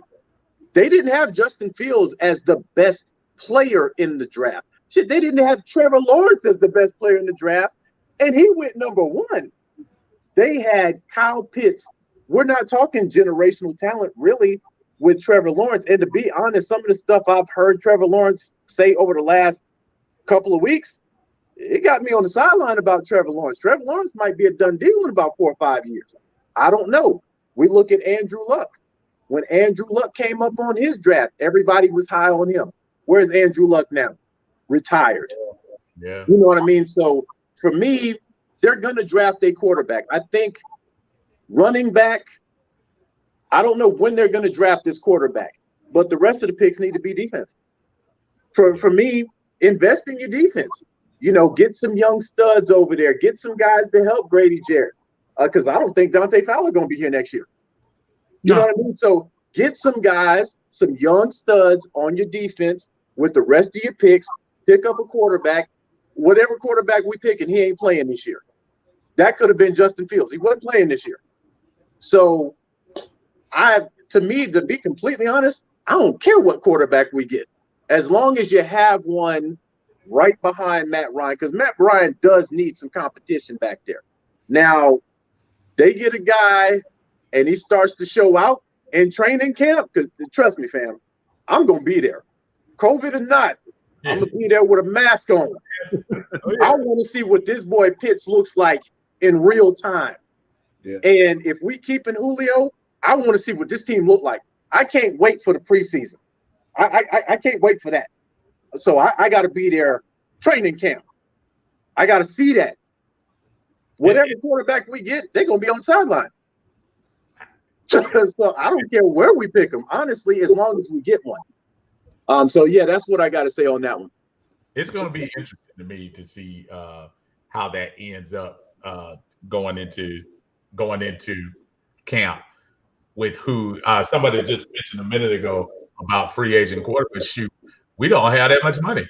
So it's not, if you're gonna get a free agent quarterback, I don't want to get Josh Rosen. I don't want to get just a scrub. At this point, I want somebody competent enough to get, if something happens. Listen, we've been fortunate. Matt has been an Iron Man of sorts. Yeah. And been able to look, for all the sacks we talk about him getting, 97% of the time, he's able to get up and at least come back on the field. But we do need to start thinking about that new quarterback. Fellas, this has been such an awesome experience, and I know we're winding down. Like I said, I know I was going to see if we could take it up to 11 o'clock, and I know we'll probably all break off and do our own things. But just a last for the group, I just appreciate not only us getting together, but the responses, man. This has been pretty interesting, man. I hope we get a chance to do it again together, but I wanted to go around and just get some final thoughts on today and going into tomorrow, which I'm sure we'll all be on at our own different times doing things. But starting with you, Q, what did you take out of tonight, just from a feeling, and what you think about tomorrow and the rest of the weekend for the draft? Well, it turned into a Matt Ryan slugfest. Let me get that out. We know what the elephant in the room was for all of us. Fact of the matter is, he got pressure whether he got a quarterback or not. So either he gonna win or he gonna lose. So he still got pressure on him either way. Now that's the next thing we're gonna say about Matt. Now, when it comes to tomorrow, we have a pick overall in the whole draft. I'm scanning some of these picks. I didn't know Jacksonville had that many picks, before the second round. There's still a lot that can happen. I think we may go running back. If we're doing this, you know what I'm saying? I'm with Marcus on this one. I think we may go running back, with the second pick. And after all that, it's going to be defense because defense is deep for like the 1,000 times that I said over the past 2 weeks. So we just going to see, man. This has been a great experience. All in all, this is a great experience. It's tough trying to be positive, especially with the track record that the Falcons have had and us being fans, whether it has been from the beginning on up until the Super Bowl era for some of us. But the fact of the matter is, we think that's nonetheless. So try to remain as positive as we can, but realistic at the same time. So yeah, it's been a good experience. I appreciate y'all for bringing me on, man, and for everybody in the group, everybody that's watching. I appreciate y'all as well, man. It's an honor and a privilege. You were the Jeff Hostetler of the night by coming in and filling in for us tonight. We appreciate you bringing it home, brother Tiny. What you got on these thoughts there, bro? As far as what I got, like Quintez was just saying, like tonight was the luxury pick. It was the luxury night. You know what I'm saying? This is the luxury pick. Yeah. The rest of this weekend, this is what we gonna actually make our team. You know, the next 8 picks we have, this is what we're really gonna make our picks 3rd, 4th, 5th round. So let's look forward to that. As far as the pick tonight, which we always talking about, like, hey, if you want it, Fields, if you want it, Lance, it's okay to be mad at that tonight. You're only human. It's okay to be mad at it tomorrow. It's okay to be mad at it Saturday or Sunday. But, eventually let's go ahead and get over it, and then we can do about it. We just fans. And then, at some point, once these camps start, hey, let's rally around our team. Let's rally around our rookie. You know what I'm saying? Because like Marcus say, hey, we got a hell of a player. Whether you wanted them or not, we got a fucking hell of a player. Yeah. And I was going back and forth. I was repping team quarterback, having fun in the group. But hell, I'm thinking in the back of my mind, well, shit, if we get pissed, I ain't gonna jump off no roof. Right. So closing up, man, I just want to say I appreciate everybody, Steve, Marcus, and Tez, everybody who in the chat just going crazy, savages in that chat room. Great savage. This is fun, y'all. Thank y'all so much for supporting us. I didn't think we'd get this much support. I had no clue we would. This is awesome.